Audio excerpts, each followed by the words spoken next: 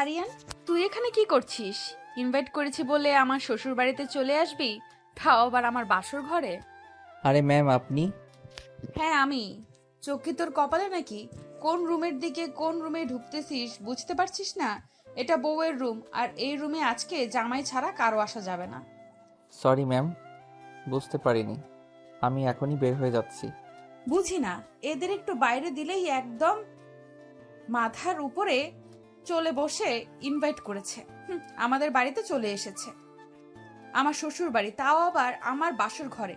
অদ্ভুত, কে জানে আমার জামাইটা কই দিয়ে ঘুরতেছে। এত সময় পার হয়ে গেল, এতক্ষণেও রুমে আসেনি। আরিয়ান রুম থেকে বের হয়ে গিয়ে অবাক হয়ে ভাবছে, কি হলো এটা? আমি রুম থেকে কেন বের হয়ে আসলাম? এটা তো আমার বাড়ি, এই রুমটাও তো আমার, বাসর ঘর তো আমার। তাহলে আমার বইয়ের জায়গায় আমার অফিসের ম্যাম কি করতেছে? হতভম্ব হয়ে আরিয়ান কিছুক্ষণ দাঁড়িয়ে ঠান্ডা মাথায় সব কিছু ভাবতেছে। মাথার উপর বেশি প্রেশার না দিয়ে আরিয়ান সোজা আবার তার বাসর ঘরে চলে গেল। ম্যাম, মাথা ঠান্ডা করেন, এত রাগান্বিত হবেন না। আমি কি বলি সেটা আগে ঠান্ডা মাথায় শোনেন। মানে আমি বলতে চাচ্ছি, এটা তো আমার রুম। আরিয়ান, বেশি বেশি হয়ে যাচ্ছে কিন্তু। এটা তোমার রুম মানে? তুমি দেখতে পারতেছো না আমি বউ সেজে বসে আছি? বুঝলাম না, তোমার চোখ কোথায় রেখে এসেছো? চোখ খুলে আমাকে দেখো, এটা আমার বাসর ঘর। সবই বুঝলাম, এটা আপনার বাসর ঘর, কিন্তু এই বাড়িটা আমার। ম্যাম, বোঝার চেষ্টা করুন। তার মানে তোমার সাথে আমার বিয়ে হয়েছে? আমি তো ওটাই বলার চেষ্টা করতেছি যে আমাদের মধ্যে কোনো একটা মিস আন্ডারস্ট্যান্ডিং হচ্ছে। আরিয়ান আর বিথি দুজনে মাথায় হাত রেখে বসে পড়ল। হাই রে, কি করলাম! মুখ না দেখে বিয়ে করে অবশেষে সে ফেসে গেল। বিথি রেগে গিয়ে আরিয়ানকে একটা ধমক দিল। এই চুপ করো। তুমি ফেসে গেছো, আমি ফেসে গেছি। তোমার তো সোনায় সোহাগা হয়েছে, আমার সাথে বিয়ে হয়েছে। তুমি এটাই চেয়েছিলে না? তুমি আগে থেকেই সবকিছু জানতে, ইচ্ছে করে আমাকে কিছু বলো নাই। বিশ্বাস করেন ম্যাম, আমি কিছু জানতাম না আগে থেকে কার সাথে বিয়ে হচ্ছে। আমি সত্যি জানতাম না। জানলে আমি অবশ্যই আপনাকে জানাইতাম। আর জানাইতাম কি, জানলে আমি কিছুতেই বিয়ে করতাম না। বিয়ে করতে না মানে নিজেকে কি মনে করো, রাজ সাহেব? না, তা বলতে চাইনি। মানে আপনার মতো এত বড়লোক একটা মেয়ে আর এত বড় কোম্পানির মালিক, তার সাথে কি আমার যাই বলেন। তুই এখন আমার সামনে থেকে যা। আমার এখন মেজাজটা খুব গরম হয়ে যাচ্ছে, কি করব বুঝতে পারতেছি না। ম্যাম, মাথা ঠান্ডা করেন প্লিজ, উল্টাপাল্টা কিছু করবেন না। উল্টাপাল্টা কিছু করব না মানে? রুমের সব কিছু আমি ভেঙে ফেলবো। না ম্যাডাম, এমন কিছু করবেন না প্লিজ। আমাদের অনেক টাকা পয়সা খরচ হয়েছে এগুলোর পিছনে। বিয়ের অনুষ্ঠান শেষ হয়ে গেলে এসব কিছু আমাদের আবার বুঝিয়ে দিতে হবে। এইগুলো ভাঙবো না তো তোর মাথা ভাঙবো। তাইলে আয়, সব রাগ তোর উপরে ঝাড়ি। মাথা ঠান্ডা করেন প্লিজ। একটা ভুল বোঝাবুঝি হয়ে গেছে, এখন মাথা ঠান্ডা করে কাজ করতে হবে। ভুল বোঝাবুঝি মানে? এইটা কি ছেলে খেলা যে ইচ্ছে হলো খেললাম, ইচ্ছে হলো না খেললাম না? যা হওয়ার তা তো হয়ে গেছে, জীবনটা শেষ। আমি এ বিষয়ে বাবা মার সাথে কথা বলবো, আপনি প্লিজ রেগে যাবেন না। আরিয়ান তার অফিসের ম্যামকে দেখে বড় বড়ি খুবই ভয় পায়, কারণ সে খুবই ভয়ঙ্কর। আগে একটা মেয়ে, তাই সে যতটা পারতেছে তার ম্যামের মাথা ঠান্ডা করার চেষ্টা করতেছে। বিথি আরিয়ানের গালে একটা চড় মেরে দিল। সরি, তুই কিছু মনে করিস না। হ্যাঁ, আমি তোকে ইচ্ছে করে চর মারি নাই। আমি আসলে কি করব? না না ম্যাডাম, কি মনে করব, কিছু মনে করিনি। আপনার যা মন চাই করুন, আমি কিছু বলবো না। এরপর আমি নিজেও কন্ট্রোলে থাকবো না। কন্ট্রোলে থাকবি না মানে? তুই আবার কি করবি? আমাকে চর মারবি? কি করব সেটা তো পরেই দেখতে পারবেন। শোন, যাই করিস আমার চোখের সামনে থেকে সরে গিয়ে কর।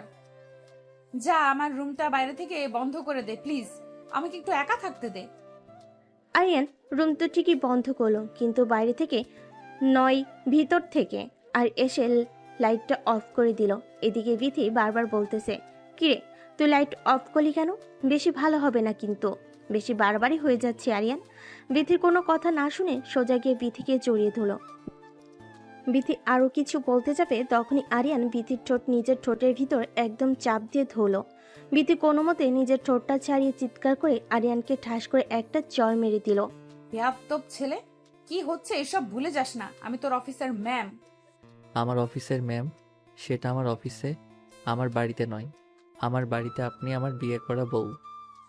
তুই কি এখন আমার উপরে জোর করে অধিকার খাটাবি নাকি? জোর করতে আপনি আমাকে বাধ্য করতেছেন।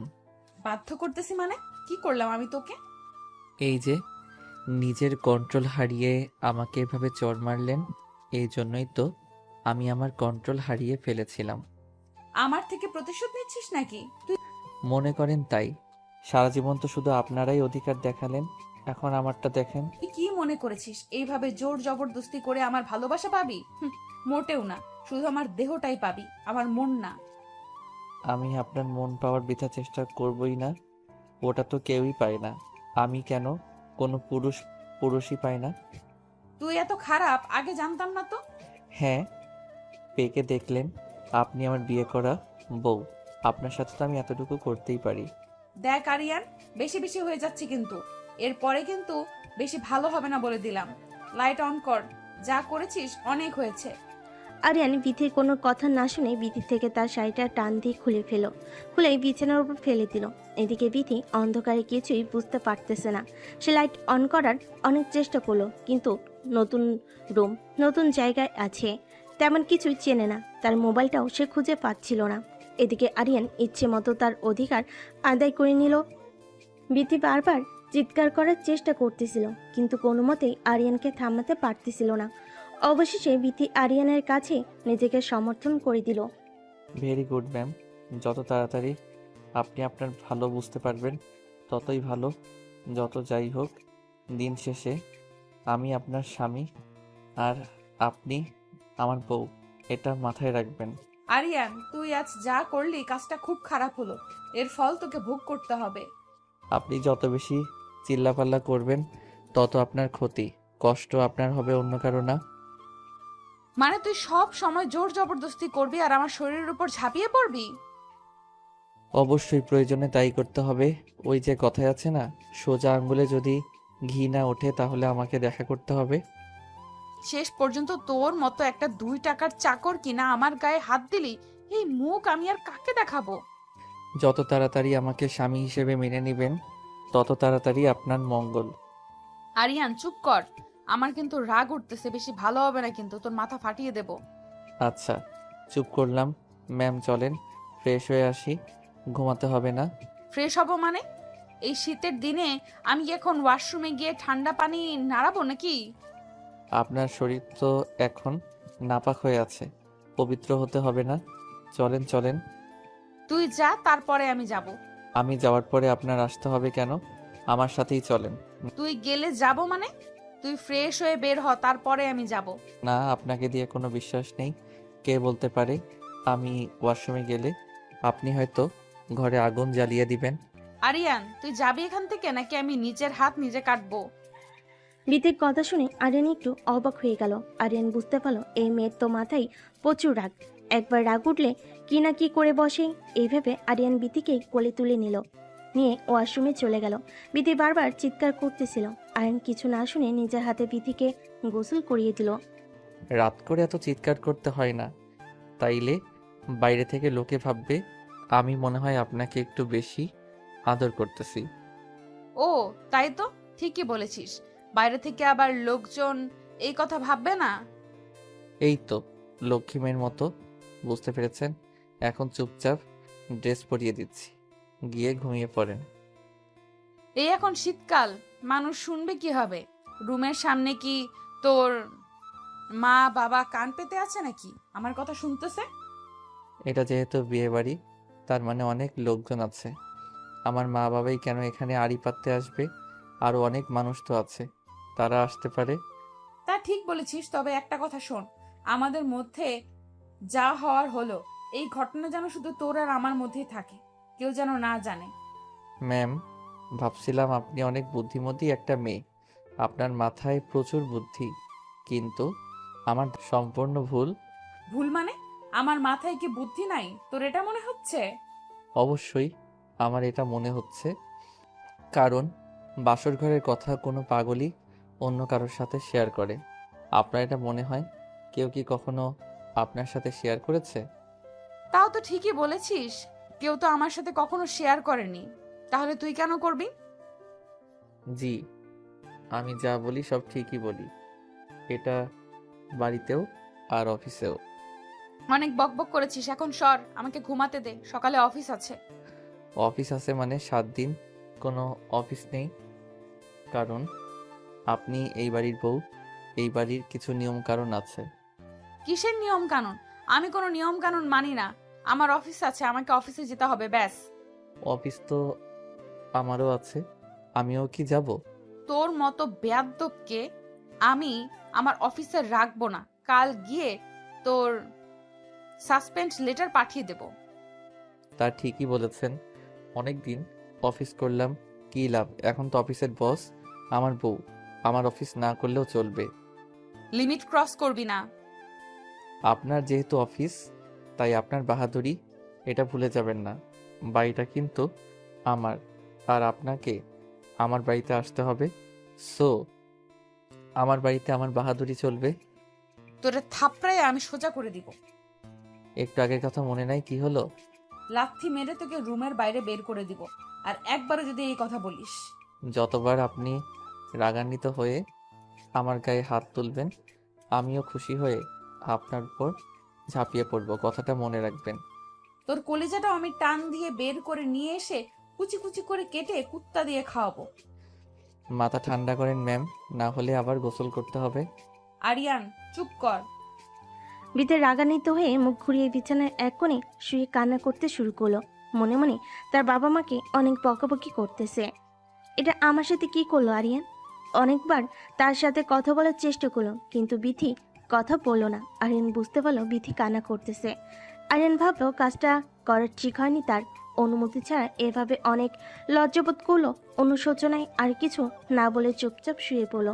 কিছুক্ষণ পর বিথি আরিয়ানকে ডেকে বলল, আরিয়ান, ঘুমাইছিস নাকি? শোন, না না, ঘুমাই নাই, বলেন কি বলবেন। তোর রুমে কোলবালিশ আছে, আমার কোলবালিশ ছাড়া ঘুম হয় না। রাতে কিছুতেই ঘুমাতে পারতেছি না। না ম্যাম, আমার রুমে তো কোলবালিশ নেই, আমি তো কোলবালিশ নিয়ে ঘুমাই না, তাই কোলবালিশও রাখি না রুমে। কোলবালিশ রাখিস না তো কি হয়েছে? আমার এখন কোলবালিশ লাগবে, কোত্থেকে নিয়ে আসবি? নিয়ে আয় যা। সরি ম্যাম, এটা আপনার অফিস নয় যে আপনি যখন যা চাইবেন সাথে সাথে এটা আপনার কাছে পেয়ে যাবেন। এটা আমার বাড়ি, আমি এখন বলেছি কোলবালিশ নাই, তার মানে নাই। আরিয়ান, আমি তোর বাড়ি আছি বলে তুই আমাকে এভাবে অপমান করতে পারিস না। কোলবালিশ নাই তো এত রাতে আমি কোত্থেকে কোলবালিশ নিয়ে আসবো বলেন? তা আমি কি সারা রাত জেগে থাকবো? ঘুমানোটা আমার খুব দরকার, আমার খুবই মাথা ব্যথা করতেছে। শুধু কি মাথা ব্যথাই করতেছে, অন্য কিছু ব্যথা করতেছে না? আরিয়ান, তুই কিন্তু বেশি বেশি কথা বলতেছিস। আমি কিন্তু এরপরে কি করে ফেলবো এটা আমি নিজেও জানি না। বিতি এই কথা শুনে আরিয়ান বিতিকে শক্ত করে জড়িয়ে ধরল। বিতি বারবার চালানোর চেষ্টা করতেছিল আর বারবার বলতেছিল, তুই এত খারাপ চরিত্রে, এতে সমস্যা। আমি একটা মেয়ে মানুষ বলে আমার দুর্বলতার সুযোগ নিয়ে তুই বারবার আমার সাথে এরকম করতে পারিস না। তুই কিন্তু আমাকে জোর জবরদস্তি করতেছিস। কোনো কথাতে যখন কাজ হচ্ছিল না, ঘাড়ে কামড় দিল আরিয়ান। চিৎকার করে বিথিকে ছেড়ে দিল। বিছানা থেকে লাফতে উঠে বলল, লাইট অন করে দেখালো তার ঘাড় দিয়ে রক্ত বের হচ্ছে। রেগে গিয়ে আরিয়ান, তুই কি মানুষ না ডাইনি? এটা কি করলি? এত জোরে কেউ কামড় দেয়? হায় হায়, আল্লাহ, রক্ত বেরোচ্ছে। এটা কাকে বিয়ে করলাম আমি? এ তো দেখি একটা আস্ত ডাইনি। রাগারাগি করে আরিয়ান রুম থেকে বের হয়ে বারান্দায় গিয়ে শুয়ে পড়লো। বিথিও রুমে একা একাই শুয়ে থাকলো। আর রাতটা তাদের এভাবে পার হয়ে গেল। পরের দিন সকালে সকালে ঘুম থেকে উঠে আরিয়ান রুমে এসে দেখলো রুমের দরজা এখনো খোলা হয়নি। রাগান্বিত হয়ে আরিয়ান বিথিকে ডাকতে শুরু করলো। ভিতর থেকে তখন দরজা খুলে দিলে আরিয়ান রাগান্বিত হয়ে বলল, দরজা খুলতে কেউ এত সময় নেয়? রুমের ভিতরে একা একা কি করতেছেন? কি আর করব, নিজের শোক পালন করতেছিলাম। শোনেন, বাড়িতে অনেক মানুষ, লক্ষ্মী বউয়ের মতো রেডি হয়ে বাইরে যান। আমি তো লক্ষ্মী বউ না, বাইরে যেতে পারবো না। আচ্ছা, রুমেই থাইকেন। অনেক ধন্যবাদ, আমাকে তুই এখন একা ছেড়ে বাইরে যা, এই রুমে আসবি না প্লিজ। মানে কি আমি রুমে আসবো না? তাহলে তোর রুমে তুই থাক আর আমার জন্য আলাদা একটা রুম ঠিক করে দে। আমার বাড়িতে এক্সট্রা কোনো রুম নেই। যেটা আমার রুম ওটাই আপনার রুম, চুপচাপ মানিয়ে নিন। শোন, আমি রেডি হয়ে এখন অফিসে যাব। কাল রাতে বললাম না, কথা কানে যায় নাই। 7 দিন কোনো অফিস হবে না। তুই পারলে আমাকে আটকে দেখা। আপনার সাহস থাকলে আপনি রুম থেকে বের হয়ে তো দেখান। বিথি ওয়াশরুমে গিয়ে অফিসের ড্রেস পরে অফিসে যাওয়ার জন্য বের হতে লাগলো। আরিয়ান রাগান্বিত হয়ে বিথির হাত ধরে টান দিয়ে বিছানার উপর ফেলে দিল। বিথি আরিয়ানকে চড় মারতে যাবে, তখনই আরিয়ান বিথির 2 হাতের ভিতর তার 2 হাত দিয়ে বিথিকে শক্ত করে ধরলো। বুঝতে পারতেছিল এখন কিছু একটা হবে, তাই বিথি বারবার বলতেছিল, ঠিক আছে আমি অফিসে যাব না আরিয়ান। বিথির কোনো কথা না শুনে বিথির শরীর থেকে তার অফিসের ড্রেস টেনে খুলে দিল। বিথি রেগে গিয়ে, আরিয়ান, তোর কতদিনের শখ ছিল আমার শরীরটা ভোগ করার? কোনোদিনই শখ ছিল না। কাল রাত থেকে তো দেখতে পারতেছি কথায় কথায় আমার উপর ঝাঁপিয়ে পড়তেছিস। যেমন কুকুর তেমন মুগুর। কথা না শুনলে এভাবে শায়েস্তা করতে হবে। শুয়োরের বাচ্চাকে করবে আমাকে শায়েস্তা? হ্যাঁ, তোর এত পাওয়ার কি নিয়ে শুনি? ওইটা আমি এখন কেটে দিব। কি? ঠিক শুনেছিস, তোর ওইটা কেটে দেওয়ার পর দেখবো তোর এত এনার্জি আসে কোথার থেকে। আমার এটা কেটে দিলে আপনার কি হবে? আপনাকে শান্তি দিব কিভাবে? তোকে শাস্তি দিতে কে বলেছে? তোর মতো হারামজাদাকে আমার চোখের সামনে আমি দেখতে চাই না। আরিয়ান বিথির চোখে হাত দিয়ে ধরে বিথির ঠোঁটে কিস করতে লাগলো। বিথির তখন কিছুই করার ছিল না। না সেই তার হাত দিয়ে কিছু করতে পারতেছে, আর না সেই মুখ দিয়ে কথা বলতে পারতেছে। বেশি ছোটাছুটি করো না, ব্যথা পাবা। ছাড় তো আমাকে, কুত্তার বাচ্চা, তোর ভালো হবে না। আরিয়ান বিথির কোনো কথা না শুনে ইচ্ছে মতো আদর করতে লাগলো, ঠিক রাতের মতো। আরিয়ান দেখতে পেল বিথির ব্যথায় ছটফট করতে করতে কান্না করতেছে। আরিয়ান তখন চুপচাপ ছেড়ে দিল। তখন বিথি বলে উঠল, ছাড়লি কেন?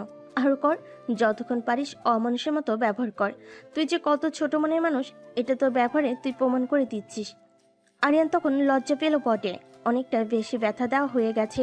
লজ্জা অনুভব করে এসে বিথিকে বলল, বিছানা থেকে উঠে এখন ফ্রেশ হও। কান্না করতে করতে বিথি বলল, আমি এখন গোসল করার মতো অবস্থাতে নেই। তুই যা, সর এখান থেকে, আমাকে একা থাকতে দে প্লিজ। গোসল না করে এভাবে থাকা যাবে না। এখনই বাইরে থেকে সবাই আপনাকে ডাকতে আসবে। আমার কষ্টটা একটু বোঝার চেষ্টা কর, আমি উঠে দাঁড়াতে পারতেছি না। আরিয়ান তার কষ্ট বুঝতে পারলো, বুঝতে পেরে তাকে কোলে তুলে নিল। ওয়াশরুমে গিয়ে সুন্দর করে গোসল করিয়ে লাল টুকটুকে একটা শাড়ি পরিয়ে দিল।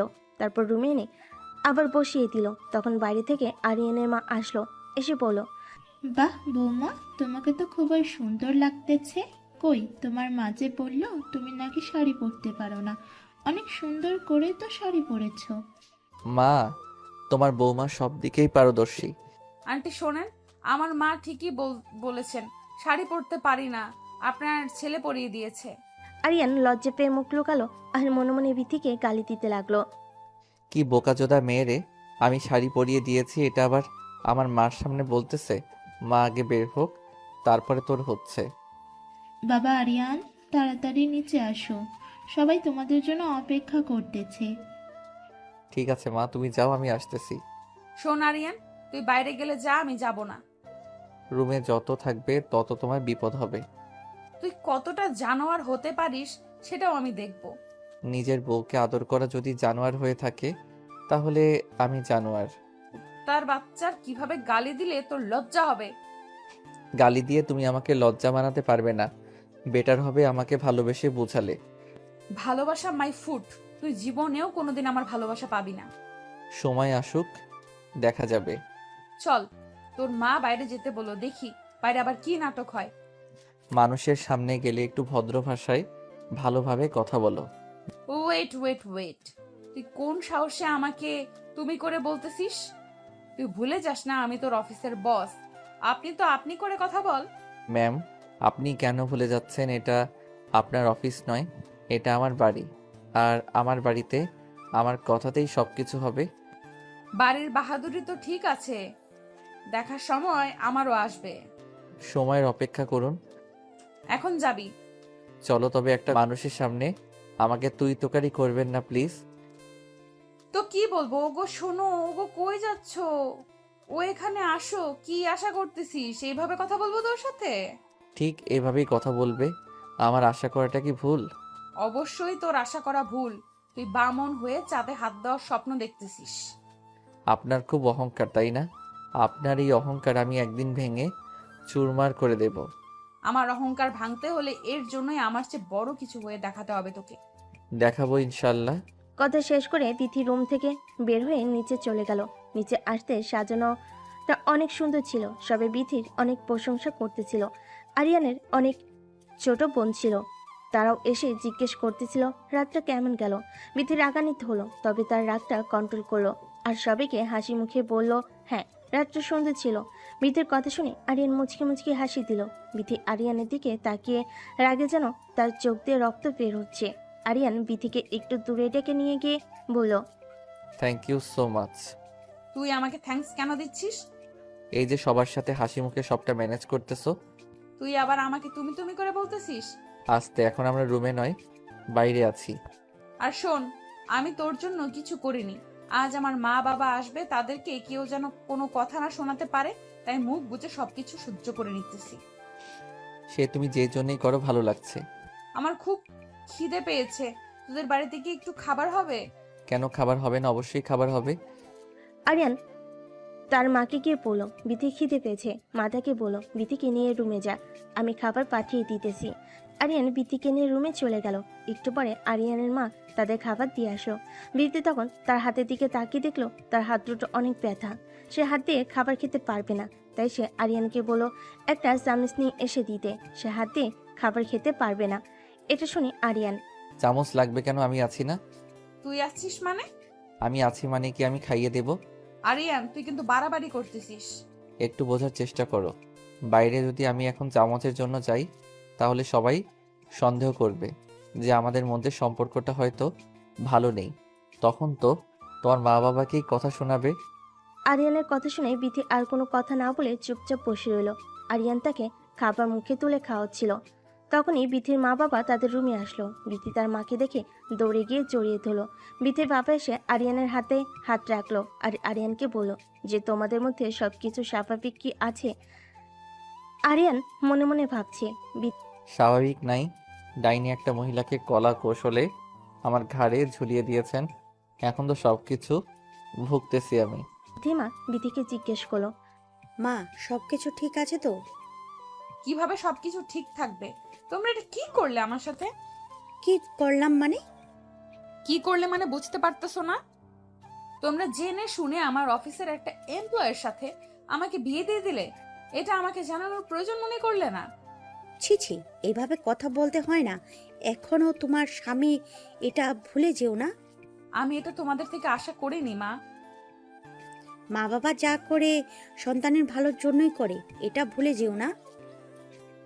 এখানে তোমরা আমার কি ভালো দেখলে? এখানে আমার কি ভালো হচ্ছে? এখানে তোমার সবটাই ভালো। দিব্যি তো এসে দেখলাম কত সুন্দর আরিয়ান বাবা তোমাকে খাবার খাইয়ে দিচ্ছিল। শুধুমাত্র একটু খাবার খাইয়ে দিচ্ছিল, এটার জন্য এটা ভেবে নিও না তোমার মেয়ে সুখে আছে। প্রথমে কোনো কিছুই স্বাভাবিক থাকে না, আস্তে আস্তে সব কিছু স্বাভাবিক হয়ে যায়। বিথির মায়ের কথা শুনে বিথির বাবা আরিয়ানকে যে বলল, বাবা, তুমি কি আমার মেয়েকে কষ্ট দিচ্ছ? আর মেয়েটা বলতেছে সে সুখে নেই। আমি কিন্তু আমার মেয়েকে তোমার হাতে তুলে দিয়েছি তার মুখে হাসি দেখার জন্য, তার মুখে কষ্ট দেখার জন্য না। তখন আরিয়ান বলল, আঙ্কেল, সবকিছু ম্যানেজ করতে একটু সময় লাগবে। তাদের কথা শুনে বিথি বলল, ওর হাতে তুলে দিয়েছো মানে বাবা, তার মানে আরিয়ান আগে থেকে সবকিছু জানতো? না, আরিয়ান কোনো কিছুই জানতো না আগে থেকে। যাই বলো বাবা, আমি তোমাদের কোনো দিনও ক্ষমা করতে পারবো না। কেন ক্ষমা করতে পারবা না? কি হলো? কোনো ভুল তো দেখতেছি না এখানে। সামান্য 2 টাকার স্যালারির একটা চাকরের সাথে তুমি আমাকে আমার বিয়ে দিয়েছো, আবার বলতেছো কোনো ভুল দেখতে পারতেছো না? বিথি, ভুলে যেও না ও তোমার স্বামী। এখন সম্মান দিয়ে কথা বলো, আর ওর সম্মান মানে তোমার সম্মান, এটা ভুলে যেও না। কিসের স্বামী বাবা, কিসের স্বামী? ওকে আমি স্বামী বলে কখনো মানি না, আর না কোনোদিন মানবো। এই আরিয়ানকে নিয়ে তুমি একদিন গর্ব করবে, এই কথাটা আজ আমি বলে দিলাম। এই কথা বলে বিথির বাবা আরিয়ানকে বলল, কি বাবা, আমার কথা রাখতে পারবে তো? আমার মেয়ের এই অহংকার তোমাকে ভাঙাতে হবে, তোমাকে দেখিয়ে দিতে হবে তুমি ওর থেকে ভালো কিছু হতে পারো। কি পারবে তো? বিথির বাবার কথা শুনে আরিয়ান বলল, ইনশাল্লাহ আঙ্কেল, অবশ্যই আমি পারবো। তাও খুব তাড়াতাড়ি। চামড়ার মুখ তো অনেক কিছুই বলা যায়। তোমাদের সকলকে আমি প্রমিস করলাম খুব তাড়াতাড়ি বিতির থেকে ভালো কিছু হয়ে দেখাবো। যেদিন দেখতে পারবি সেই দিন এইসব কথা বলিস, যেদিন দেখাতে পারবি সেই দিন এইসব কথা বলিস। তোর মুখে এইসব কথা মানাচ্ছে না। আচ্ছা, অনেক কথা হয়েছে আঙ্কেল আন্টি, আপনারা বসেন। আমার মা বাবাকে নিয়ে তোকে এত ভাবতে হবে না, আমার মা বাবাকে আমি দেখে নেব। ঠিক আছে, তোমার মা বাবা এসেছে, তুমি কি তাদের দেখাশোনা করবে? কিন্তু তোমার তো খাওয়া শেষ হয়নি, আসো বাকিটা খাইয়ে দেই। না গো, অনেক করেছো, অনেক ধন্যবাদ। এখন আমাকে উদ্ধার কর। বিথির মুখে এমন কথা শুনে আরিয়ান মুচকি হেসে উঠল। যখন বিথি আরিয়ানকে বলল, কি ব্যাপার, হাসছিস কেন? আরিয়ান কিছু বলার আগে বিথির বাবা বলল, সম্পর্কে টানাপড়া এভাবে আস্তে আস্তে শেষ হয়, এটা তো শুরু। আস্তে আস্তে সবকিছুই ঠিক হয়ে যাবে, দুজনকে একটু মানিয়ে নিতে হবে। তারপর আরিয়ানকে বলল, বাবা, আমার মেয়েটা একটু রাগী, তুমি তো জানো, ওকে একটু সামনে রেখো। তাদের কথা শেষ করে বিথির মা বিথির বাবাকে বলল, আচ্ছা, ওদেরকে একা ছেড়ে দাও, চলো আমরা বাইরে যাই। তখন আরিয়ান বিথিকে টান দিয়ে জড়িয়ে ধরলো। বিথি রেগে গিয়ে বিপরের বাচ্চা, আবার তুই আমাকে জড়িয়ে ধরেছিস, ছাড়। তোমার মুখে এমন কথা শুনে মনে হচ্ছে তোমার ঠোঁটটাও কামড় দিয়ে দেই। এত বছর আমি তোর সাথে কাজ করলাম, তোর চরিত্র এতটা খারাপ কখনো জানতেই পারলাম না। আরে তোমার চরিত্র খারাপ এইভাবে কেন বলতেছো? তুমি অফিসে গিয়ে সবাইকে জিজ্ঞেস করো তাদের স্বামী আর স্ত্রীর মধ্যে সম্পর্কটা কেমন। বিথি অনেক ছোটাছুটি করার পর যখন ছুটতে পারলো না, বাধ্য হয়ে আরিয়ানের কানে এত জোরে কামড় দিল, আরিয়ান বিশাল একটা চিৎকার দিয়ে উঠল। চিৎকারে যেন সারা বাড়ি নড়ে উঠল। সবাই তো ভয়ে তাদের রুমে দিকে আসতে লাগলো। সবাই রুমে এসে দেখলো আরিয়ান আর বিথি দুজন দুজনকে জড়িয়ে আছে। আর তাদের এই অবস্থা দেখে সবাই লজ্জা পেল। তবে আরিয়ানের মা জিজ্ঞেস করলো, কিরে বাবা, এত জোরে চিৎকার করে উঠলে কেন? তখন বিথি বলল, ও কিছু না আন্টি, আমার চুরির সাথে ও একটু ব্যথা পেয়েছে। কিরে আরিয়ান, তুই কি এখনো ছোট আছিস নাকি? চুরির সাথে একটু ব্যথা করে চিৎকার করে ওঠে। ও তুমি বুঝবে না মা, যাবে এখান থেকে সবাই। আপনার ছেলেটা একটু গাধা টাইপের তো, তাই। একদম গাধা বলবা না। তাদের রুম থেকে সবাই বের হয়ে গেল। তারা বুঝতে পারলো নতুন নতুন জামাই বউয়ের ঘরে এরকম একটু একটু সাউন্ড হবে। সবাই রুম থেকে বের হতে গিয়ে আরিয়ানের মামাতো বোন এসে আরিয়ানকে বলল, ভাইয়া, এত জোরে চিৎকার করার কথা তো ভাবি চিৎকার না করে তুমি করলা যে, বিষয়টা ঠিক বুঝলাম না। চোর ডাকাত থেকে এত দূরে চিৎকার করে নাকি? আরিয়ান তখন ধমক দিয়ে বলল, তোর এত কিছু বুঝতে হবে না, বেশি বেঁকে গেছিস, যা এখান থেকে ভাগ। আরিয়ানের বোন তখন রুম থেকে বের হয়ে গেল। আরিয়ান রুমের দরজা বন্ধ করে দিয়ে বিথিকে ধমক দিয়ে বলল, বিথি, এটা কি ধরনের ব্যবহার তোমার? রাতে একবার ঘাড়ে কামড় দিলে, এখন আবার কানে কামড় দিলা, কি সমস্যা কি? তাই তোর সমস্যা কি জানোয়ার? তোর কথায় কথায় এভাবে আমাকে জড়িয়ে ধরতেছিস কেন? তুমি আমার বউ, আমি তোমাকে জড়িয়ে ধরবো না, এটা কোনো কথা?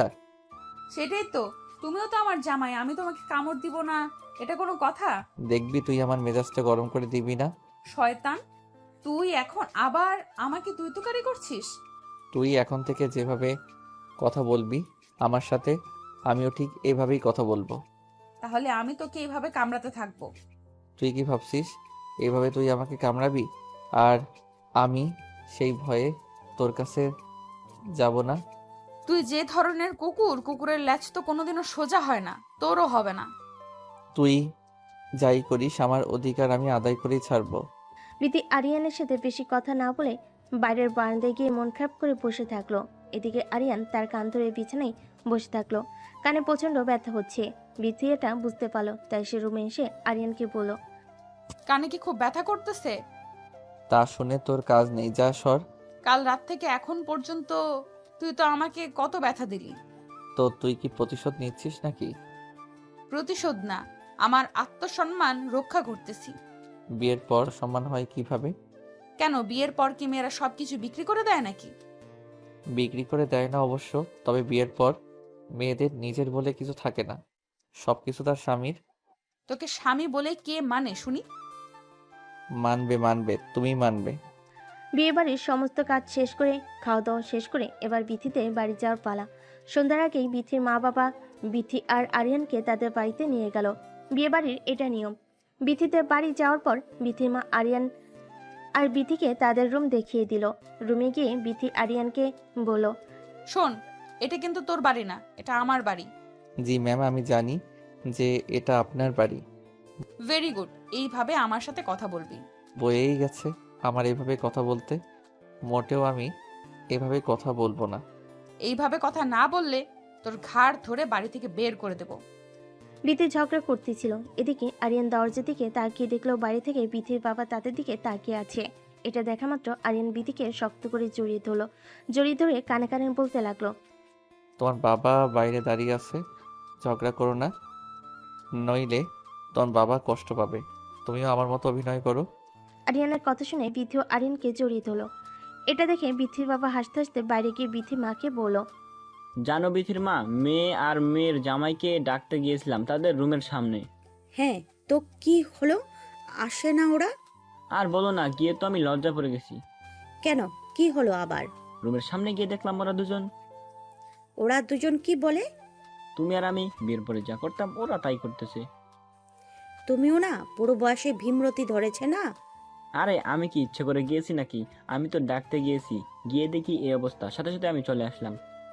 এখন চুপ করো, নাইলে ওরা কথা শুনতে পারবে, তখন আবার লজ্জা করে যাবে। যাক, আমার মেয়েটা তো সবকিছু মানিয়ে নিতে পারছে, এটাই অনেক। আর ছেলেটাও ভালো, তোমার বদমেজাজি রাগের মেয়েটাকে ঠিকই সামলে নিতেছে। ঠিক বলেছো, ছেলেটা অনেক ধৈর্যশীল একটা মানুষ। বিথির মা আর বাবা কথা বলা শেষ না করতেই বিথি আরিয়ান খাওয়ার টেবিলে চলে আসলো। তার খেতে খেতে অনেক গল্প করলো। খাওয়া শেষ হয়ে গেলে বিথির ছোট বোন বিথিকে বলল, আপু ভাইয়া, আমি আর তুই আজ আমাদের সামনে যে বাগানটা আছে ঘুরতে যাব, অনেক মজা হবে। খাওয়া দাওয়া করেই চল, রেডি হয়ে আমরা বের হই। বোনের কথা শুনে বিথি বলল। না, কোথাও যাব না। তখন আরিয়ান বলল, কেন যাব না? আমরা ছোট মানুষ, আবদার করেছে, অবশ্যই যাব। আপনি গেলে যান, আমি যাব না। না না আপু, তুইও চল প্লিজ, তুই না গেলে মজা হবে না। প্লিজ আপু চল। আরে তোমার বোনকে অত জোর করতে হবে না, ও এমনি যাবে। তুমি যাও, রেডি হও গিয়ে। আরিয়ানের মুখে এমন কথা শুনে বিথি আরিয়ানকে রুমে নিয়ে এসে বলল, তুই বেশি পাকনা হয়ে গেছিস, তাই না? তোকে কে এত বাল পাকনা কথা বলতে বলেছে? তুই যা ঘুরতে, আমি কোথাও যাব না। আর শোন, আমার বিষয়ে বেশি নাক গলাবি না। ভাগ্যিস আমার মা বাবা ছিল, তাই তোকে কিছু বললাম না, নইলে কানের নিচে একটা ঠাস করে চড় মেরে দিতাম। বিথির এই কথা শুনে আরিয়ান বলল, সে তুমি চর মারবে না কি করবে এটা তোমার ব্যক্তিগত ব্যাপার, তবে একটা কথা মাথায় রেখো, যতবার চর মারবে ততবার কিন্তু কতবার কি কি করবি তুই?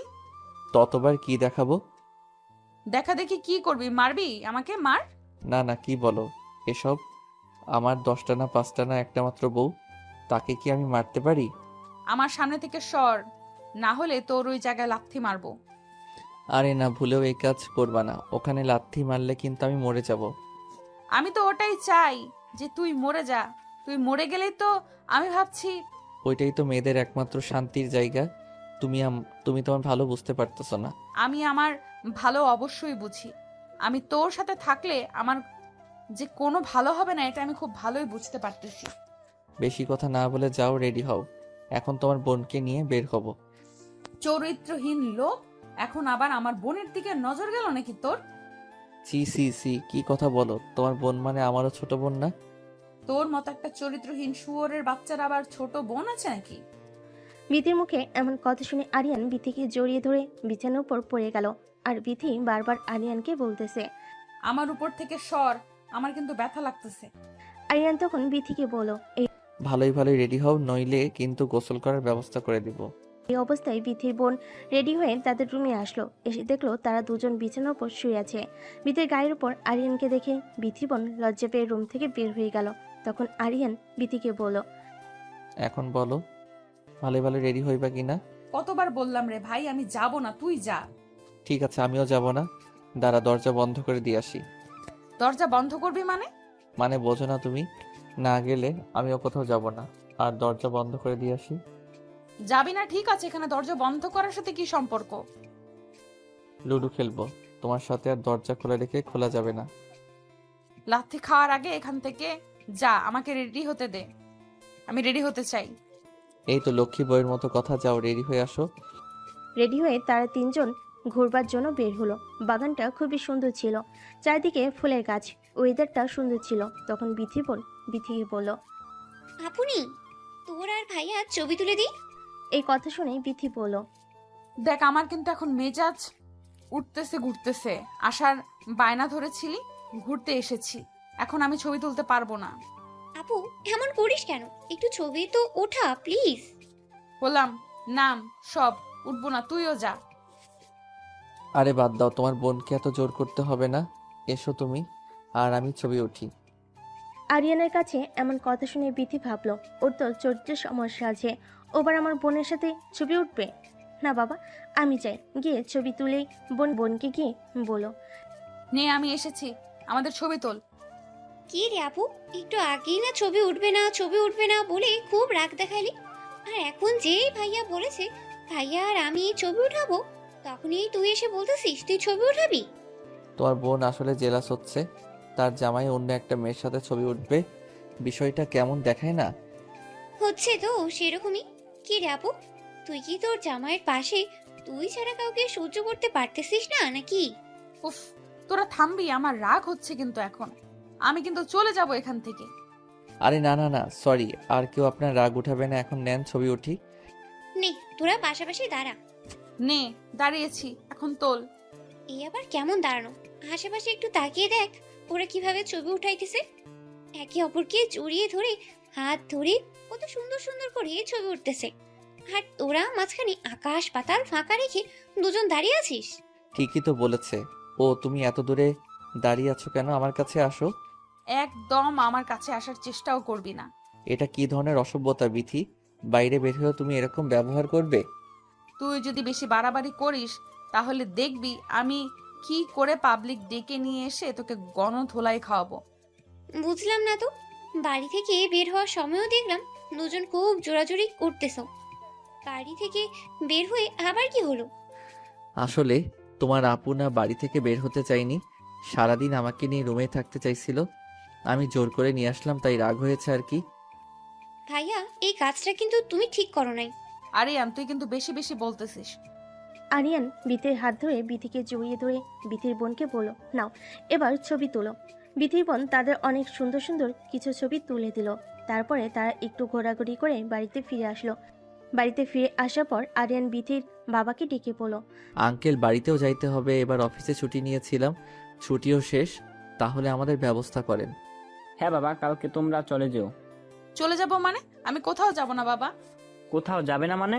তোমার স্বামীর বাড়ি ওইটাই এখন থেকে তোমার নিজের বাড়ি। ওটা আমার বাড়ি হতে যাবে কেন? এটা আমার নিজের বাড়ি। সরি, এটা তোমার নিজের বাড়ি নয়, এখন থেকে তোমার স্বামীর বাড়ি তোমার নিজের বাড়ি। এ বাড়িতে তোমার কোনো জায়গা নাই। তুমি এত বড় কথা বলতে পারলে বাবা আমাকে? কষ্ট হলেও কথা এটাই সত্যি। তার বাবার এরকম অপমানজনক কথা শুনে বিথি রাগান্বিত হয়ে আরিয়ানের হাত ধরে টানতে টানতে রুমে নিয়ে গেল। রুমে গিয়ে আরিয়ানকে বলল, তাড়াতাড়ি জিনিসপত্র গোছা, তোর বাড়িতে যাবো। এই বাড়িতে আমি আর এক মুহূর্তও থাকবো না। এই কথা শুনে আরিয়ান বলল, আরে তুমি রাগ করতেছো কেন? তোমারই তো বাবা। আরিয়ান মেজাজটা গরম করিস না। তুই যাবি কিনা যাবি না? যাবো না কেন? অবশ্যই যাব। চলো রেডি হও। রেডি হয়ে তারা বিথির বাড়ি থেকে আরিয়ানের বাড়িতে আসলো। আরিয়ানের বাড়িতে আসার পর আরিয়ানের মা আরিয়ানকে জিজ্ঞেস করলো, কি রে বাবা, এত তাড়াতাড়ি চলে আসলি যে? কোনো সমস্যা হয়েছে কি? না না, কোনো সমস্যা হয়নি। তোমার বৌমা নাকি এই বাড়িতে থাকতে ইচ্ছে করতেছে না। কি বলিস বাবা? বাবার বাড়িতে গেছে আর থাকতে ইচ্ছে করতেছে না কেন? ওই বাড়িতে আমার সাথে সময় কাটাতে পারতেছে না তো ঠিক মতো, তাই। ও আচ্ছা, বুঝতে পেরেছি। আচ্ছা বাবা, রুমে যা।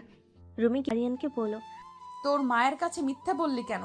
তোর সাথে আমি সময় কাটানোর জন্য ও বাড়িতে চলে আসলাম। আরিয়ান তখন বলল, এই কথা না বলে কি বলতাম যে তুমি ঝামেলা করে চলে এসেছো? তোমার মাথার ভিতরে দেখি কিছুই নেই, গোবর আছে শুধু, বলদ একটা। শোন, আমি ঘুমাইলাম, কাল সকাল থেকে অফিস আছে। ঘুমাও, আমি ফ্রেশ হয়ে আসতেছি, আমিও ঘুমাবো। তুইও ঘুমাবি মানে? চুপচাপ নিচে ঘুমা। আরে না, নিচে আমার ঘুম ধরে না। তাহলে তুই উপরে থাক, আমি নিচে ঘুমাচ্ছি। না, তোমাকে নিচে ঘুমাতে হবে না, থাক, আমি ঘুমাবো না। বিথি বিছানার উপরে আর আরিয়ান নিচে শুয়ে পড়ল। লাইট অফ করে দিল তারা। দুজনে ঘুমিয়ে পড়েছে। হঠাৎ করে বিথির চিৎকার দিয়ে উঠল। চিৎকার শুনে আরিয়ান। কি ব্যাপার, এত চিৎকার করে উঠেছো কেন? আগে লাইট অন কর তাড়াতাড়ি। কি হয়েছে এবার বলো। কিরে, ঘুমের ঘোরে হঠাৎই আমার মনে হলো যেন আমার গায়ের উপর দিয়ে কিছু একটা বিড়বিড় করতেছে। আমি নিচে ঘুমাচ্ছি, আমার গায়ের উপর দিয়ে কিছু বের করতেছে না। তুমি উপরে ঘুমাইছো আর তোমার গায়ের উপর দিয়ে বের করতেছে আজাইরা কথাবার্তা রাত করে। বিশ্বাস করা, মিথ্যা কথা বলতেছি না। বুঝলাম মিথ্যা বলতেছো না, কিন্তু কই কিছুই তো আমি দেখতে পারতেছি না। এখানেই ছিল, চলে গেছে হয়তো। হ্যাঁ ভালোই হয়েছে, এখন যাও ঘুমাও। লাইট অফ করিস না, অনই থাক আজ। আচ্ছা অফ করলাম না, এবার ঘুমাও। আরিয়ান নিচে গিয়ে ঘুমিয়ে পড়ল। একটু পরে বিথি দেখলো বিছানার উপর আরশোলা হাঁটতেছে। এটা দেখার সাথে সাথে বিথি চিৎকার দিয়ে লাফ দিয়ে নিচে নেমে আরিয়ানকে শক্ত করে জড়িয়ে ধরল। আরিয়ান ভয় পেয়ে বলে উঠল। আরে কি হয়েছে, এভাবে নিজে থেকে আমাকে জড়িয়ে ধরছো যে? আমার বিছানার উপর আরশোলা। কোথায় আসলা দেখি, কই এখানে তো কিছুই নেই। এইখানেই ছিল, বিশ্বাস কর। আমি নিজের চোখে দেখলাম, এখান থেকে হাঁটাহাঁটি করতেছে। শুধু তুমি দেখলে হবে, আমাকে তো দেখতে হবে। কই দেখছি, আমাকে দেখাও। সত্যি তো, এখানেই তো ছিল, কই গেল? এমনি বললেই তো হয়, তোমাকে ছাড়া আমার ঘুম ধরতেছে না, আমাকে জড়িয়ে ধরতে ইচ্ছে করতেছে, তা না বলে এত বাহানা করতে হবে কেন? শোন, আমার তোকে জড়িয়ে ধরার কোনো ইচ্ছে নেই, কিন্তু সত্যি এখানে আসলে ছিল। আচ্ছা এখন তো নেই, এখন যাও ঘুমাও, আমাকে ঘুমাতে দাও। না, আমি আর ওখানে ঘুমাবো না, আমি এখানেই ঘুমাবো। আচ্ছা তুমি এখানে ঘুমাও, তাহলে আমি উপরে গেলাম। উপরে যাইবা মানে? উপরে যেতে হবে না, তুই আমার সাথে ঘুমা। সত্যি আমি তোর সাথে ঘুমাবো? হ্যাঁ ঘুমাগা, শুধু ঘুমাবি, ঘুমাতে বলছি, এর মানে এই নয় যাতে উল্টাপাল্টা কিছু একটা করবি। আরে না, কি যে বলো, কি করব? আসলে দেখে আমার খুব ভয় লাগে। আচ্ছা এখন তো আমি আছি, আসলে দেখলে মেরে ফেলবো নি, তুমি ঘুমাও। শোন, তুই ঘুমাস না প্লিজ, আগে আমি ঘুমাই, তুই জেগে থাক। মানে কি তুমি ঘুমাইবা আর আমি জেগে জেগে তোমাকে পাহারা দিব? এত রাতে এমন করিস না প্লিজ, আগে আমি ঘুমাই। আল্লাহ কি মুসিবতে পড়লাম। ঠিক আছে ঘুমাও, জেগে আছি। আরিয়ানকে জাগিয়ে রেখে বিথি ঘুমিয়ে পড়ল। ঘুমন্ত বিথিকে দেখতে এত সুন্দর লাগতেছে। আরিয়ান মুগ্ধ হয়ে বিথির দিকে তাকিয়ে আছে। তাকিয়ে থাকতে থাকতে হঠাৎ লাইটটা অফ করে দিয়ে আরিয়ান বিথির ঘাড়ে তার মাথাটা রাখলো। বিথির হাতের ভিতর তার হাতটা দিল। বিথির গলায় নিচ দিয়ে আরিয়ান তার ঠোঁটের আলতো পরশ দিল। বিথি বুঝতে পারলো আরিয়ান তার শরীরে স্পর্শ করতেছে। বুঝতে পেরেও সেও কিছু বলতে পারতেছিল না। আরিয়ান আস্তে আস্তে বিথির সারা শরীর কিস করলো। বিথির তখন ঘুম ভেঙে গেল। আরিয়ানকে জিজ্ঞেস করলো। আরিয়ান, কি করছো এটা? তোমার না আমাকে পাহারা দেওয়ার কথা? পাহারাই তো দিচ্ছি তোমাকে। এটা কেমন পাহারা দেওয়া? তো কাছে এসেছো কেন তুমি? তুমি এতটা বেশি সুন্দর, তোমার দিকে তাকিয়ে থাকতে নিজেকে আর কন্ট্রোল করতে পারলাম না। তুমি কি আমাকে ভালোবাসো? খুব বেশি ভালোবাসি। তাহলে আসো, আমার আরো কাছে আসো। আরিয়ান বিথির আরো অনেকটা বেশি কাছে গেল। সারা রাত্রি তাকে অনেক আদর করলো। দুজন মিলে অনেক এনজয় করলো। সকালে ঘুম থেকে উঠে বিথি দেখলো তার শরীরে কোনো জামা কাপড় নেই। আরিয়ানের গায়েও কোনো জামা কাপড় নেই। অগোছালো হয়ে আছে রুমটা। বিথি দেখে অবাক হয়ে গেল। এটা কি হয়েছে রাতে? কি হয়েছে আমার সাথে? এসব ভেবে সে অনেক কান্না করতে শুরু করলো। তখন আরিয়ান জেগে গিয়ে বিথিকে জিজ্ঞেস করলো। কি ব্যাপার বিথি, সকাল সকাল এভাবে কান্না করতেছো কেন? কান্না করবো না মানে? তুই কি করছিস রাতে আমার সাথে? কই কি করেছি? কিছুই তো করিনি। কিছু করিসনি? তাহলে আমার শরীরের জামা কাপড় কোথায় গেল? আর তুই এইভাবে আমাকে জড়িয়ে ধরে আছিস কেন? আরে মনে নেই তোমার, আগে তুমি আমাকে কাছে টানলে তাই তো আমি তোমার কাছে গেলাম। দেখো, একদমই মিথ্যা অপবাদ দিবে না আমাকে। আমি কখনোই তোমাকে আমার কাছে টানি নাই। টেনেছো? তোমার মনে পড়তেছে না হয়তো, মাথা ঠান্ডা করে মনে করো, দেখো মনে পড়ে যাবে। আমি আসলে দেখে ভয় পাই, তাই তোকে একটু জেগে থাকতে বলেছিলাম, আর তুই আমার সুযোগের সদ্ব্যবহার ওইভাবে নিলি। দেখো বিথি, যা হয়েছে আমাদের মধ্যে তোমার ইচ্ছাতেই হয়েছে। ও, এখন আমার ইচ্ছেতে হয়েছে না? বুঝেছি, এখন তোমার মাথা ঠিক নেই, তাই তুমি এসব উল্টাপাল্টা কথা বলতেছো। যা উঠে ফ্রেশ হও, আমাদের আজ অফিসে যেতে হবে। বিথি বিছানা থেকে উঠে গোসল করে ফ্রেশ হয়ে অফিস ড্রেস পরে রেডি হলো। আরিয়ান রেডি হলো। তার দুজনেই সকালে নাস্তা করে অফিসে যাওয়ার জন্য বের হলো। অফিসে যাওয়ার পর সবাই বিথি আরিয়ানকে কনগ্রাচুলেশন জানালো। তাদের বিয়ের জন্য সবাই আরিয়ানকে বলতেছিল। কায়দা করে অফিসের বসকে বিয়ে করে বউ বানিয়েছে আলী। সবার মুখে এমন কথা শুনে বিথির প্রচুর রাগ হচ্ছিল। রাগান্বিত হয়ে তার চেয়ারে গিয়ে বসলো। বসে বসে ভাবতেছিল কিভাবে আরিয়ানকে শাস্তি দেওয়া যায়, কিভাবে সাহায্য করা যায় ভাবতে ভাবতে বিথি আরিয়ানকে ডেকে পাঠালো। কি ডেকেছো আমাকে? শুয়োরের বাচ্চা, তুই কাকে নাম ধরে ডাকিস আর আমাকে তুমি তুমি করে বলতেছিস যে? সাহস তো তোর কম না? বিথি, অফিসে অনেক মানুষজন আছে, তাদের সামনে তুমি এ কি ব্যবহার করতেছো? এটা তোর বাড়ি নয়, এটা আমার অফিস। অফিসে আমাকে সবাই যেভাবে সম্মান দেয় তুইও ঠিক সেভাবে সম্মান দিবি। বিথি, এই কথাটা তুমি আমাকে ভালোভাবে বলতে পারতে। এভাবে ডাক ছেড়ে সবার মধ্যে বলার কিছু ছিল না। কেন, তোর লজ্জা হচ্ছে নাকি? 2 টাকার ফকিন্নির বাচ্চা অফিসে আসলে এরকম কথা হজম করতেই হবে। ম্যাম, আপনি কিন্তু বেশি বেশি বলতেছেন। ঠিক এইভাবে গলা নিচু করে আমার সাথে কথা বলবে।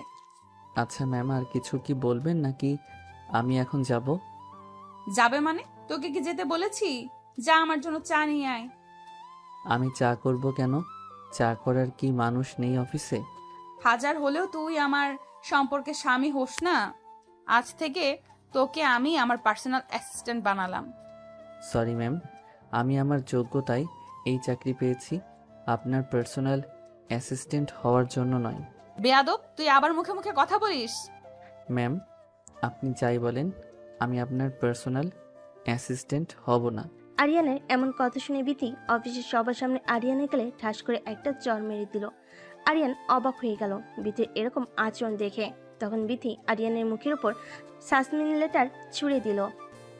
অফিসের সবাই তখন লেটারটা হাতে তুলে নিয়ে পড়ল।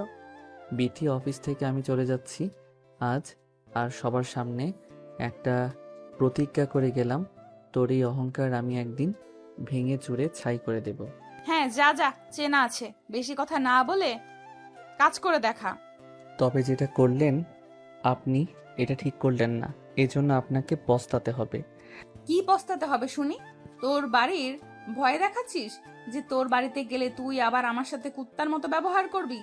আমি কখনোই আপনার সাথে কুত্তার মতো ব্যবহার করি নাই, জাস্ট আমার ভালোবাসাটা বোঝাতে চাইছি, আমাদের যে সম্পর্ক এটা বোঝাতে চাইছি।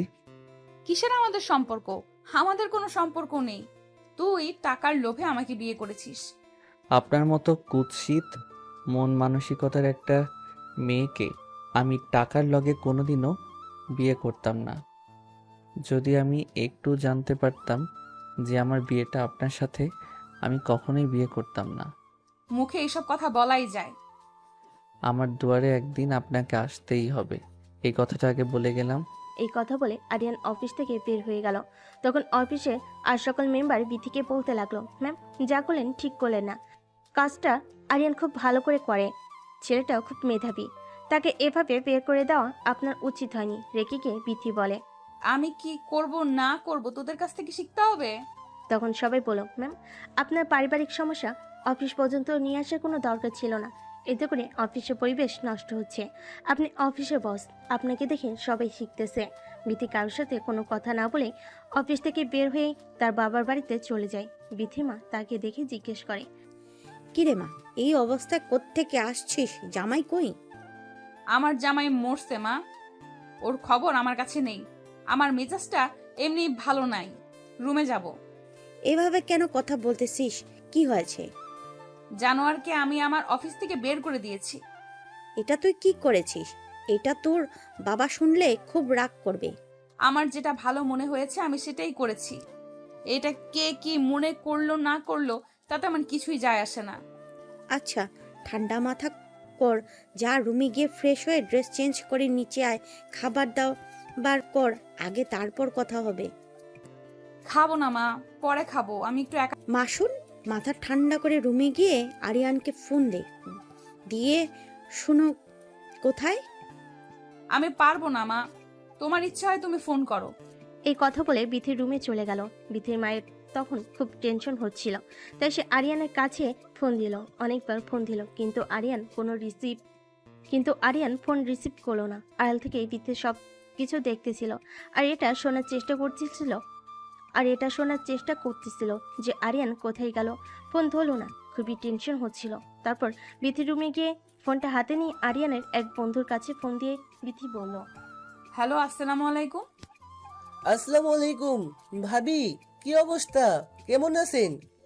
জি আলহামদুলিল্লাহ ভাইয়া, ভালো আছি। হঠাৎ করে ফোন দিলেন যে? কিছু হয়েছে কি? সব ঠিক আছে? অনেকক্ষণ হয়ে গেল আরিয়ান ফোন ধরতেছে না। ও, এই কথা। কোনো সমস্যা নেই, আমি এখনই ফোন দিয়ে জানাচ্ছি ও কোথায় আছে। আচ্ছা ভাইয়া, আর প্লিজ ওকে বলবেন যেন যেখানেই থাকুক, যে কেউ ফোন দিলে যেন ফোনটা রিসিভ করে, আর সাবধানে থাকতে বলবেন। ভাবি, কিছু মনে না করলে একটা কথা বলবো। জি, কিছু মনে করব না, বলেন। আপনাদের মধ্যে কি কিছু হয়েছে নাকি? এভাবে কেন কথা বলতেছেন? হ্যাঁ, ওই একটু ঝামেলা হয়েছে পার্সোনাল। আচ্ছা ভাবি, টেনশন করবেন না, আমি আপনাকে জানাচ্ছি। থ্যাংক ইউ ভাইয়া। এই বলে ভীতি ফোন কেটে দিল। খুবই টেনশন করতেছিল আরিয়ান কই গেল না গেল। ভাবতে ভাবতে তার মাথায় হঠাৎ করে একটা বুদ্ধি আসলো। আরিয়ান তো বাড়িতে যাইতে পারে, তাই সে দেরি না করে আরিয়ানের বাবার কাছে ফোন দিল।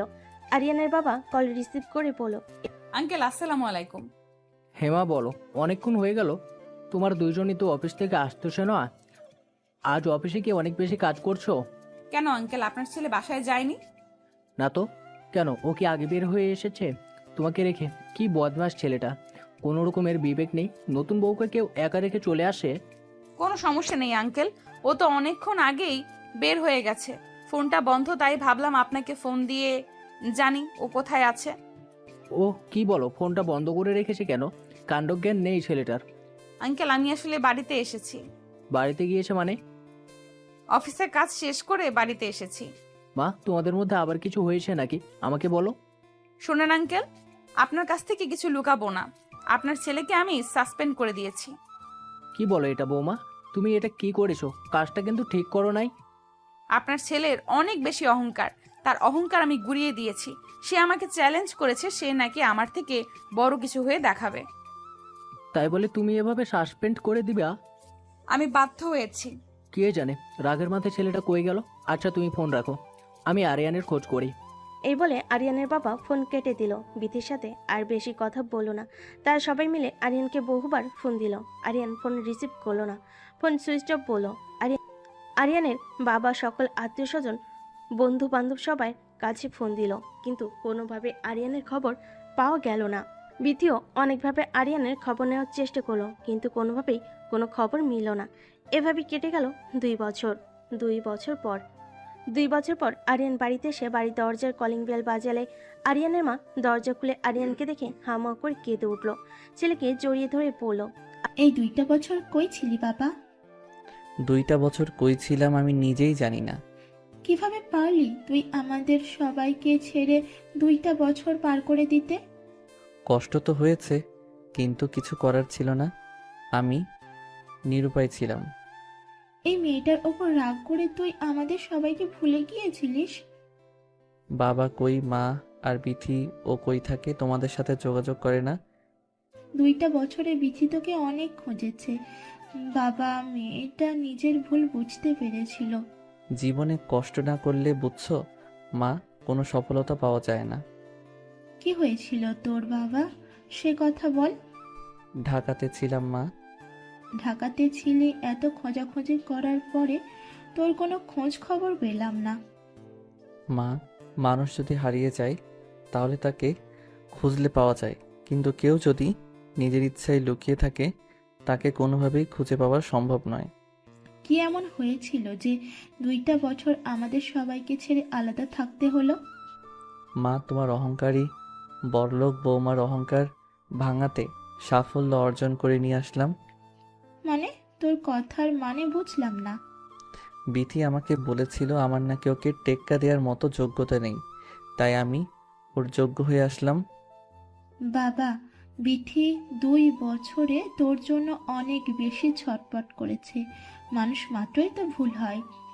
কেন মা, ও নতুন করে সংসার সাজায়নি?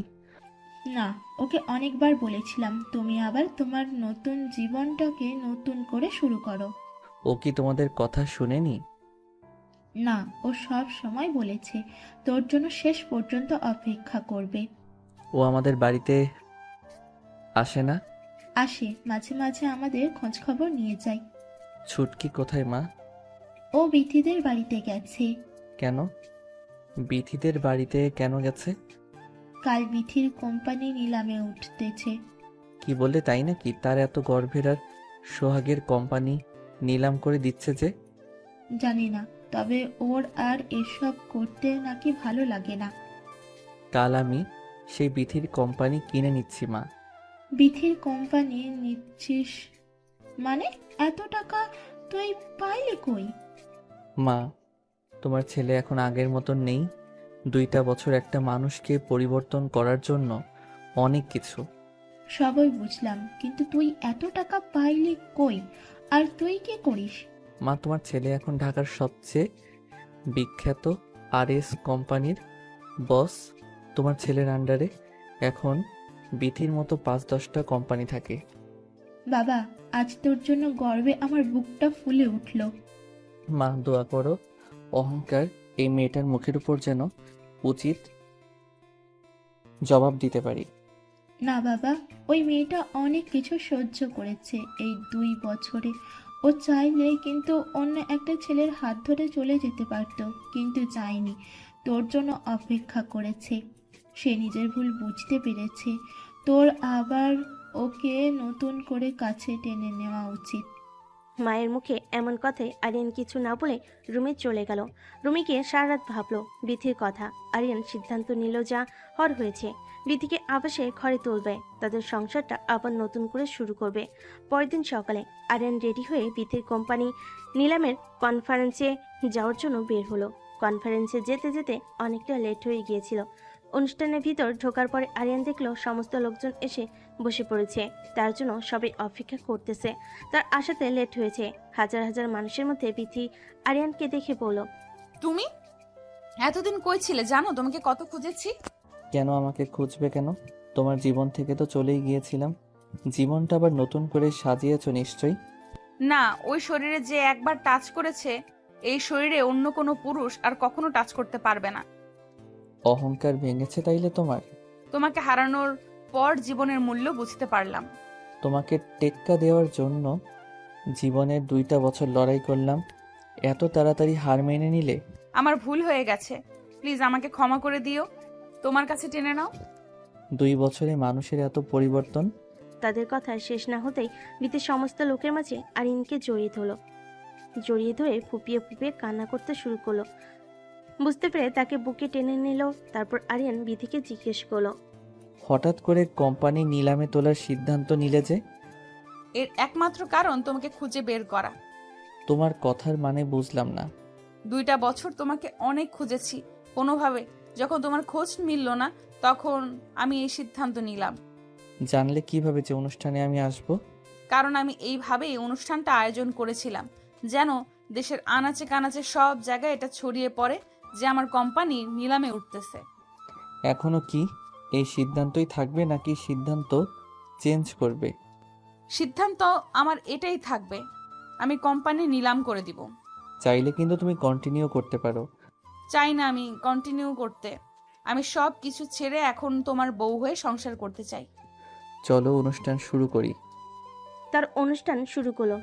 সবচেয়ে বেশি দাম দিয়ে আরিয়ান বিথির কোম্পানিকে নিল। অনুষ্ঠান শেষ করে আরিয়ান বিথিকে বলল, বিথি, তুমি বাড়ি চলে যাও। বাড়ি চলে যাব মানে? তোমার সাথে নিয়ে যাবে না? না। না মানে তুমি আমাকে ক্ষমা করে দাওনি? বেশি কথা বাড়িও না তো, যেটা বলছি সেটা করো। বাড়ি চলে যাও। আরিয়ান প্লিজ, তোমার সাথে সংসার করব জন্য আমি সব কিছু শেষ করে দিলাম। এমন করো না, আমাকে লাস্ট বারের মতো একটা সুযোগ দাও। কান্নাকাটি করতে হবে না, তুমি বাড়ি চলে যাও। আমি তোমার বাড়ি থেকে তোমাকে নিয়ে আসবো। আমি আর একটা মুহূর্তও তোমাকে ছাড়া থাকতে চাই না। আমি এখনই যাব তোমার সাথে বাড়ি। না, তোমাকে আবার নতুন বউ সাজিয়ে আমি আমার বাড়িতে নিয়ে আসবো। আমাদের নতুন জীবন শুরু করব, আবার নতুনভাবে। সত্যি বলতেছো? 3 সত্যি। কবে যাবে তাইলে? আজকে বাসায় যাই, মা বাবার সাথে কথা বলি, তারপরে তোমাকে জানাবো। বেশি লেট করো না প্লিজ, তোমার অপেক্ষায় থাকবো। অনেক দিন তো ছিলে আমাকে ছাড়া একা, আর তো কিছুদিন। এত অধৈর্য হচ্ছ কেন? জানি না এই 2 বছর আমি তোমাকে ছাড়া কিভাবে থেকেছি। তোমার সাথে কাটানো সময়গুলো আমাকে ঘুমাতে দেয়নি, এই জন্য আমি একটা সেকেন্ডও তোমাকে ছাড়া থাকতে পারতেছি না। বেশি সময় নেব না, তাহলে তোমাকে নিয়ে আসবো। আরিয়ানের কথা শুনে বিথি রাস্তার মধ্যে আরিয়ানকে জড়িয়ে ধরলো শক্ত করে। আরিয়ান বলতেছে, আরে কি করো? এটা রাস্তার লোকজন দেখতেছে। লোকজন তো কি হয়েছে, লোকজন তো দেখবেই। মানা করো না প্লিজ, তোমাকে জড়িয়ে ধরে একটু থাকতে দাও। আরিয়ান আর নিষেধ না করে অমনি থেকে জড়িয়ে ধরে অনেকক্ষণ থাকলো। আশেপাশের মানুষগুলো তাদের দিকে তাকিয়েছিল, কিন্তু তারা কোনো দিকে খেয়াল না দিয়ে দুজন দুজনকে শক্ত করে জড়িয়ে ধরেছিল। তারপর আরিয়ান বিথিকে বলল, আচ্ছা হইছে, এখন যাও। কত আদর করতে পারো কাল দেখবনি। জানি না কত আদর করতে পারবো, তবে আমার ভেতর যত ভালোবাসা আছে সমস্তটা তোমাকে দিব। 2 বছরে তুমি তো দেখি অনেক রোমান্টিক হয়ে গেছো। জানি না আগে কি ছিলাম, এখন কি হয়েছি, তবে তোমাকে আর হারাতে চাই না। এখন যাও বাড়িতে। ঠিক আছে, তুমিও যাও, বাড়িতে গিয়ে ফোন দিও। ওকে, আল্লাহ হাফেজ। I love you. I love you too. এখন যাও। তা দুজন দুজনের বাড়ি ফিরে গেল। সমস্ত ঘটনা তাদের মা বাবাকে বলল। আরিয়ান তার বাবাকে বিথিকে ঘরে তুলে নিয়ে আসার জন্য কথা জানালো। আরিয়ান তার বাবাকে বিথিকে ঘরে তুলে নিয়ে আসার জন্য বলল। এই কথাটা শুনে আরিয়ানের বাবা খুশি হয়ে বলল, এটা তো ভালো সিদ্ধান্ত। কালকে চলো, ঘরের লক্ষ্মীকে ঘরে নিয়ে আসি। রাতে সবাই সিদ্ধান্ত নিল। সকালে তারা রেডি হয়ে বিথিদের বাড়িতে চলে গেল। রাতে সবাই সিদ্ধান্ত নিয়ে সকালেই তারা সবাই রেডি হয়ে বিথিদের বাড়ি চলে গেল। আরিয়ান সুন্দর করে পর সেজেছে, আর বিথিও সুন্দর করে বসে আছে। দুজনের হাসি দেখে যেন সারা দুনিয়া হাসতেছে। নতুন করে আবার তাদের বিয়ে হলো। বিথিকে নিয়ে আসলো আরিয়ানের বাসায়। আরিয়ানকে বলল, জানো আজকে আমার সবচেয়ে খুশির দিন। তাই কেন? প্রথমবার যখন আমাদের বিয়ে হয়েছিল তখন বুঝি তুমি খুশি ছিলে না? না, খুশি ছিলাম না, কারণ তখন আমি জানতাম না পর্যন্ত আমার কার সাথে বিয়ে হচ্ছে। তবে আমি ভীষণ খুশি ছিলাম জানো। তার মানে তুমি আগে থেকে জানতা সবকিছু, আমার কাছ থেকে এখনো তুমি সবকিছু লুকাচ্ছ, তাই না? না রে বাবা, আমি কিছুই জানতাম না। তবে বিয়ে করার খুব ইচ্ছা ছিল, জীবন সঙ্গীর সঙ্গে সুন্দর সুন্দর মুহূর্ত কাটানোর। মা বাবা যখন বিয়ে ঠিক করলো তখন আমি আর আপত্তি জানাইনি, কারণ মা বাবার পছন্দের উপর আমার বিশ্বাস ছিল। এত এক্সাইটেড ছিলে, বুঝলাম মা বাবা পছন্দের উপর তোমার বিশ্বাস ছিল, তবুও একবার কার সাথে বিয়ে হচ্ছে তাকে তুমি দেখতে চাইবে না? হ্যাঁ, দেখতে চেয়েছিলাম। পরে কি হলো দেখোনি? না, বাবা দেখায়নি, বলল সারপ্রাইজ একবারই দেখো। তুমি দেখতে চাইবা না? না, আমি আর জোর করিনি। তার মানে প্রথমবারের বিয়েতে তুমি খুশি ছিলা, এই বিয়েতে খুশি হওনি? এই বিয়েতে অনেক বেশি খুশি হয়েছি, কারণ এবার তুমি ভালোবেসে আমার হাত ধরেছ। আজ আমাদের বাসর রাত, এসব কথা বলেই কি রাত পার করে দিবা? তা নয়তো কি, আজ কিছু করব না, তোমাকে জড়িয়ে ধরে আরাম করে একটা ঘুম দিব।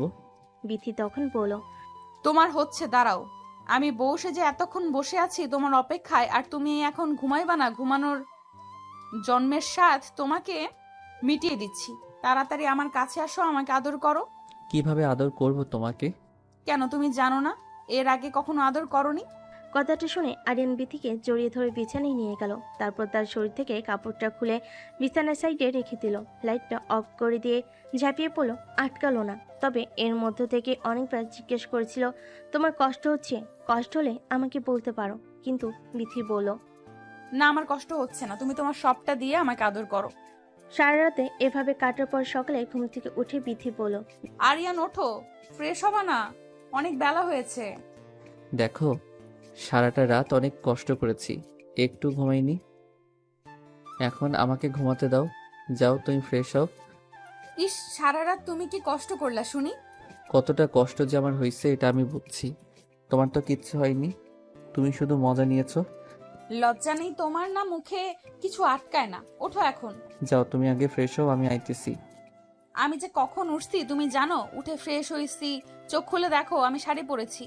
বিথি এই কথা বলার সাথে সাথে আরিয়ান চোখ খুলে বিথির দিকে তাকালো। বেশ সুন্দর করে একটা শাড়ি পরেছে। ভেজা চুলে বিথিকে দেখতে একজন পরীর মতো লাগছে। আরিয়ান অপরূপ দৃষ্টিতে বিথির দিকে তাকিয়ে আছে। কেন আরিয়ান বিথির কথার উত্তর না দিয়ে হাত ধরে টান দিয়ে তার পাশে বসলো, জড়িয়ে ধরে তার কপালে আলতো করে একটা চুমু দিল। তখন বিথি বলল, ইস, তোমার শরীর এখনো অপবিত্র। চলো তোমাকে মাখিয়ে দেই। এখন না, মাত্র গোসল করেছি না। তো কি হয়েছে, আবার দুজন একসাথে গোসল করব? এত গোসল করলে আমি অসুস্থ হয়ে পড়বো। তুমি কি চাও তোমার বউটা অসুস্থ হয়ে পড়ুক? মোটেও চাই না আমার বউ অসুস্থ হয়ে পড়ুক। এখন ওঠো আর যাও গোসল করে আসো। আচ্ছা, তুমি নিচে যাও, সবার সাথে খেতে বসো, ফ্রেশ হয়ে এখনই আসতেছি। আরিয়ান ফ্রেশ হয়ে নিচে সবার সাথে বসে খাওয়া শেষ করলো। অনেকদিন পর সবাই একসাথে খাবার টেবিলে হাসাহাসি করে খাওয়া দাওয়া শেষ করে আরিয়ান বলল, আমি একটু বাইরে গেলাম, অনেক দিন বন্ধু বান্ধবের সাথে বসে আড্ডা দেওয়া হয় না। এই বলে আরিয়ান বাড়ি থেকে বের হয়ে গেল। বের হওয়ার অনেকক্ষণ পর বিথি আরিয়ানকে ফোন দিয়ে বলল, হ্যালো, হ্যালো, বলো। কই আছো? এই তো বাজারে সবার সাথে বসে আড্ডা দিচ্ছি। কেন, কিছু হয়েছে? বাড়িতে আসবা কখন? এই তো আর একটু পরে চলে আসবো। কেন, কিছু বলবা নাকি? বলো। হ্যাঁ, ওই কিছু কেনাকাটা করা লাগতো। কি লাগবে বলো, এমনি আসতেছি। আসার সময় চায়ের জন্য দুধ নিয়ে এসো, দুধ শেষ। দুধ কিনে নিয়ে আসার কি দরকার?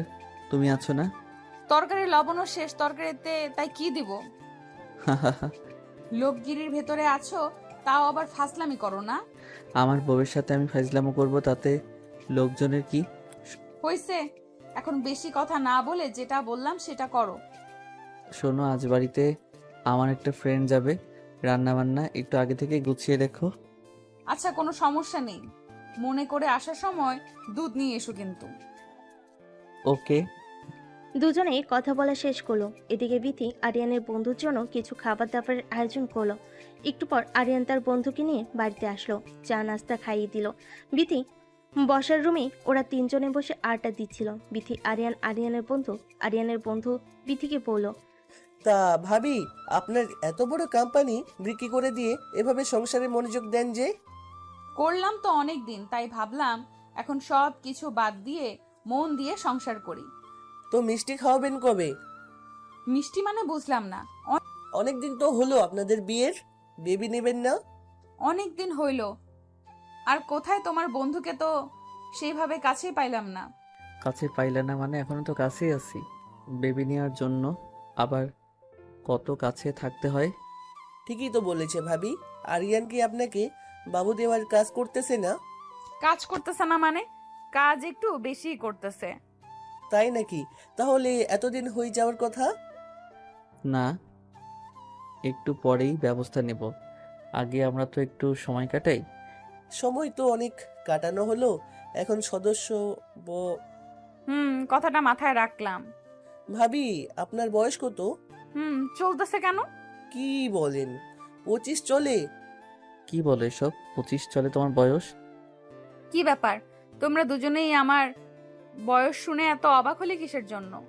আপনি কি জানেন আরিয়ানের বয়স কত? না তো, শোনাই তো হয়নি। ও তো আপনাদের কোম্পানিতে কাজ করত। আপনাদের কোম্পানিতে কাজ করতে হলে বয়স বুঝি কোনো ম্যাটার না? অবশ্যই ম্যাটার করবে না কেন, কিন্তু ওই সময় আমি অফিসের দায়িত্বে ছিলাম না, তাই ওভাবে কাগজপাতি আর ঘাটাঘাটি করিনি, তাই জানা হয়নি। তার মানে তো তুমি শুধু আমার অফিসের বস নও, তুমি আমার সিনিয়র আপু। সিনিয়র আরিয়ান, কি বলো এসব? কারণ আমার বয়স 23 চলতেছে। কি? অবাক হওয়ার কিছু নেই, এটাই সত্যি। তাইলে তো জোর খাটানোর আরেকটা জায়গা বের হলো। মানে বুঝলাম না। মানে হলো তুমি এখন বয়সে আমার থেকে অনেক অনেক ছোট, তার মানে আমি যা বলবো তাই হবে। তুমি যা বলবা তাই হবে, এটার জন্য আবার বয়স ছোট হওয়ার কি আছে? না, তারপরেও থাকে না একটা জোরই আলাদা। বুঝলাম। বেশি জোর খাটাতে যেও না, তাইলে কিন্তু ভালো হবে না। আচ্ছা, অনেক কথা বললাম তো। তুই ঢাকা যাচ্ছিস কবে? যাবো 2-1 এখন গেলে আবার কতদিন পরে আসবি? এখন গেলে ওই কিছুদিন পর পরই আসতে হবে। কেন, বন্ধু বউ রেখে কি ঘুম ধরবে না? অবশ্যই, তাই বউ রেখে কি কারোর ঘুম ধরে নাকি? তাহলে বউকে নিয়ে গেলেই তো পারো। না, ও থাক মা বাবার সঙ্গে। এই বলে আরিয়ানের বন্ধু উঠে চলে গেল। আরিয়ানও তাকে বলল আবার এসে ঘুরে যাওয়ার জন্য। তারপর আরিয়ান আর বিথি দুজনের রুমে শুয়েছিল। হঠাৎ করে আরিয়ানদের গেটের কলিং বেল বেজে উঠল। বিথি তাড়াহুড়ো করে দরজা খুলল। একটা মহিলা তাকে দেখে চিনতে পারল না, বলল রুমের ভিতর আসেন। বিথি তখন তার শাশুড়িকে ডাক দিল। তার শাশুড়ি এসে দেখলো তার বোন এসেছে। সে বিথিকে বলল, এটা আমার বোন বিথি। তখন তার খালা শাশুড়িকে সালাম দিল। তখন খালা শাশুড়ি বলল, এটা নতুন বৌমা নাকি? এটা কে, সেই প্রথম বউ নাকি? আরিয়ানকে আবার বিয়ে করাইছিস? আরে না না, আবার বিয়ে করাবো কেন? এটাই আমার আগের বৌমা। ও ও আরিয়ান বাবা তাহলে এতদিন পর বাড়িতে এসে আবার সেই বউকেই নিল? কি বলিস তুই এসব? বৌমার সামনে নিবে না কেন? না, বিয়ের পর তো আরিয়ানকে খুব অবহেলা অপমান করেছে শুনেছি, তাই এখন আবার আরিয়ানের সঙ্গে সংসার করতেছে যে। ও আপা, তুই এসব কথা এখন বাদ দে তো। মাত্র আসলি, চল রুমে চল, ফ্রেশ হয়ে পরে এসব কথা হবে। হ্যাঁ মা, আপনি যান, ফ্রেশ হয়ে আসেন, আমি আপনাকে খাবার দিতেছি। না, তোমাকে খাবার দিতে হবে না, আমার বোন তো এখনো বেঁচে আছে নাকি? মার তো বয়স হয়েছে, সে তো এখন ওরকম ভাবে কাজ কাম করতে পারবে না। ও সেরকম ভাবে কাজ কাম করতে পারে না বলেই এই সুযোগে তুমি সংসারটা হাতিয়ে নিবে? না না মা, এ কি বলেন? সংসার? অবশ্যই এটা আমার বোনের সংসার, আর সারা জীবন তারই থাকবে। কি যে বলিস না তুই, সারা জীবন কি আমি বেঁচে থাকবো? বেঁচে থাকবি না মানে বেঁচে থাকতেই হবে। তা হয়েছে, এখন যাও তোমার খালা শাশুড়ির জন্য একটু শরবত নিয়ে আসো। আচ্ছা মা, আপনি খালাকে নিয়ে রুমে যান, আমি ঠান্ডা শরবত নিয়ে আসতেছি। আচ্ছা যাও, একটু তাড়াতাড়ি করো। মিতি ঠান্ডা শরবত বানিয়ে তার খালা শাশুড়িকে দিয়ে তার রুমে গেল। মনটা ভার করে বিছানায় বসলো। বিতির মন বার দেখে আরিয়ান বলল। তখন আরিয়ান বলল, কি ব্যাপার, কি হয়েছে? মন ভার কেন? তোমার খালা এসেছে, এসে উনি আমাকে অনেকগুলো কড়া কথা শুনিয়ে দিল। বুঝতে পারলাম না তার মনে আমাকে নিয়ে এত রাগ কিসের। কেমন কেমন জানি একটা কথার ভাষা। বয়স হয়ে গেছে তো, তাই হয়তো একটু এভাবে কথা বলতেছে, কিছু মনে করো না। এই বলে আরিয়ান বিথিকে জড়িয়ে ধরে বিছানায় শুয়ে পড়ল। অনেকক্ষণ বিথিকে চুমু খেলো। বিথি বারবার বলতেছে ঘরের দরজা খোলা, যে কোনো সময় যে কেউ চলে আসবে। বলতে বলতে বিথির খালার শাশুড়ি রুমে এসে দেখলো তারা জড়িয়ে ধরে শুয়ে আছে। এই দেখে আরিয়ানের খালা জোরে চিৎকার করে বিথিকে বলল, আরিয়ান, সি সি সি, ঘরের দরজা খোলা রেখে কি অসভ্যতামি করতেছিস? আরে খালা, তুমি কখন আসলা? আসো, ভিতরে আসো। না না, আর ভেতরে গিয়ে কাজ নেই, রুমের বাইরে থেকেই যা দেখলাম। সরি খালা, কিছু মনে করবেন না প্লিজ। আসেন না, রুমের ভেতরে আসেন। চুপ করো, তোমার লজ্জা শরম কি একদম বিক্রি করে খেয়েছো? খালা এভাবে কথা বলতেছেন কেন? কখন কি করতে হয় তাও দেখি জানিস না তোরা? আচ্ছা খালা, মাথা ঠান্ডা করেন, আসেন বসেন। কি দিনকাল পড়ল রে বাবা, এখনকার ছেলে মেয়ের কোনো লজ্জাই নেই। আর আমাদের সময় একটু হাত ধরতো তাও লজ্জা পেতাম। আপনাদের সময়ের কথা বাদ দেন খালা। আরিয়ান, বড়দের মুখের উপর কিভাবে কথা বলতে হয় তাও জানিস না, আবার মুখে মুখে তর্ক করতেছিস। কি করবো বলেন খালা, আসার পর থেকে আপনি অনেক উল্টাপাল্টা কথা বলতেছেন। কি বলবি তুই? আমি এসে তোদের বিরক্ত করলাম? তা বলি নাই, তবে আপনি হয়তো ভুলে গেছেন কারো রুমে ঢোকার আগে পারমিশন নিতে হয়। বউ পেয়ে তুই এতটা পরিবর্তন হয়ে গেছিস আরিয়ান, তোর রুমের আসার জন্য আমাকে পারমিশন নিতে হবে? শুধু আমার রুম নয় খালা, যে কারো রুমে যাওয়ার আগে অবশ্যই পারমিশন নিতে হবে। এতদিন পর তোদের বাসায় এসে এরকম কথা শুনতে হবে, আগে জানলে কখনোই আসতাম না। খালা কথাগুলো অন্যদিকে নেবেন না প্লিজ, আপনার খারাপ কিছু তো বলা হয়নি। তুমি আমাকে এভাবে অপমান করতে পারলে তোমার বউয়ের সামনে? নব দম্পতির ঘরে ঢোকার আগে অবশ্যই আপনাকে পারমিশন নিতে হবে। ও ফারিয়ান, চুপ করো তো প্লিজ। এভাবে খালার মুখে মুখে কেন কথা বলতেছো? এই মেয়ে, তুমি চুপ করো। তুমি আমাদের কথার মধ্যে কেন কথা বলতেছো? সব কিছু হয়েছে তোমার জন্য। আপনার কথার মানে বুঝলাম না খালা। আসার পর থেকে দেখছি আপনি আমাকে সহ্য করতে পারতেছেন না। কিভাবে সহ্য করব? যে মেয়ে বিয়ের পর স্বামীকে অপমান করে তার ফ্যামিলির কাছ থেকে দূরে রাখে, আর সেই এখন সেই টাকার মানুষ হয়ে গেছে, অমনি আবার তার গলায় ঝুলে পড়েছে, সেই মেয়েকে আমি কিভাবে সহ্য করতে পারি? খালা প্লিজ চুপ করেন, আপনি কিন্তু এখন বেশি বেশি বলতেছেন। আরিয়ানের রুমে এমন কথাবার্তা শুনে আরিয়ানের মা রুমে আসলো। এসে সবকিছু শোনার পরে তার বোনকে বলল, কি ব্যাপার, তুই বিথিকে সহ্য করতে পারতেছিস না যে? আর ওদের রুমে আসার আগে তুই নক করে আসলি না। ওদের সবে মাত্র বিয়ে হয়েছে, ওদের মধ্যে একটু এমন কিছু হতেই পারে। আরিয়ানের খালা তখন বলল, আমার তো জানা ছিল না। আর তুই তোর ছেলের বউকে নিয়ে এত আদিক্ষেতা করছিস কিসের জন্য? এমন বউ আমার হলে আমি কখনো বাড়িতে রাখতাম না। আরিয়ানের মাও এই কথা শুনে বলল, বুবু, ভুল মাত্র মানুষেরই হয়। একটা ভুলের কারণ ধরে এভাবে কোনো মানুষকে শাস্তি দেওয়া উচিত নয়। তুই মাথা ঠান্ডা কর আর চল, বাইরে চল। বলে আরিয়ানের মা আরিয়ানের খালাকে বাইরে নিয়ে গেল। বিতি তখন আরিয়ানকে বলল, আরিয়ান, এইভাবে তুমি খালার সাথে কেন কথা বললা? এইভাবে তোমার কথা বলা উচিত হয়নি। খালা, তোমাকে যে কতগুলো কথা শোনালো তাতে তোমার কিছু মনে হচ্ছে না? কি মনে হবে? একটু আগে তুমি না বললা খালা বয়স্ক মানুষ, তার কথাই কিছু মনে না করতে? তার মানে এত কিছু বলবে? আমি তো জানতাম না খালা এত খারাপভাবে তোমার সাথে কথা বলবে। আচ্ছা বাবা, হইছে, তোমারই তো খালা, এত রাগ করার কি আছে? খালার হইয়া আমি সরি বলতেছি, তোমাকে সরি কিছু মনে করো না। দূর পাগল, কি মনে করব? I love you. I love you too. এখন থাকো, আমাকে রান্না করতে হবে। খালা অনেকদিন পরে আসলো। আগে আমার কাছে একটু বসো, তারপরে যাবা। আরে না, আগে আমাকে যাইতে হবে, থাকো। তাইলে আগে আমাকে একটা চুমু দিয়ে যাও। ইস, শখ কত! চুমু দাও, নইলে কিন্তু যেতে দেব না কোথাও। রুমের দরজা কিন্তু খোলা, এটা ভুলে যেও না। ইস, কিছু হবে না, দাও তো। কিচ্ছু হবে না বলে তো তখনও জড়িয়ে ধরছিলা, দেখলে তো কি হলো। এখন আর এমন কিছু হবে না, একটা চুম্বন তো এমন করতেছো কেন? আচ্ছা, চুমুটা এখন তোলা থাকলো, রাতে দিব। রাতে তো অবশ্যই দিবা, বাট এখনকারটা এখন দাও। কি ছেলে মানুষই শুরু করলা বলো তো? যত কথা বাড়াইবা তত কিন্তু তোমারই লেট হবে। সত্যি তোমার সাথে পারা বড্ড কঠিন। আরিয়ানকে জড়িয়ে ধরে বিথি একটা চুমু দিয়ে লজ্জা পেয়ে সে দৌড়ে রান্নাঘরে চলে গেল। রান্না করতে আরিয়ান বিথির পিছনে পিছনে রান্নাঘরের দিকে গিয়ে দেখলো বাড়ির ভিতরে কোনো সার শব্দ নেই, যেন একটা মানুষও নেই হয়েছে। তেমনটাই আরিয়ানের বাবা বাইরে গেছে। আরিয়ানের মা তার খালাকে নিয়ে বাইরের বাগানটাতে ঘুরতে গেছে। বাড়ি একদম ফাঁকা। আরিয়ান রান্নাঘরে গেল, গিয়ে দেখলো বিথি রান্না করতেছে। পিছন থেকে এগিয়ে এসে বিথিকে জড়িয়ে ধরলো। ভয় পেয়ে বিথি চিৎকার করে কেনা কে ভেবে ঘুরে উঠে ঠাস করে একটা চর মেরে দিল। চর মারার পর দেখলো ওটা আরিয়ান ছিল। দ্বিতীয়বার অবাক হয়ে গেল।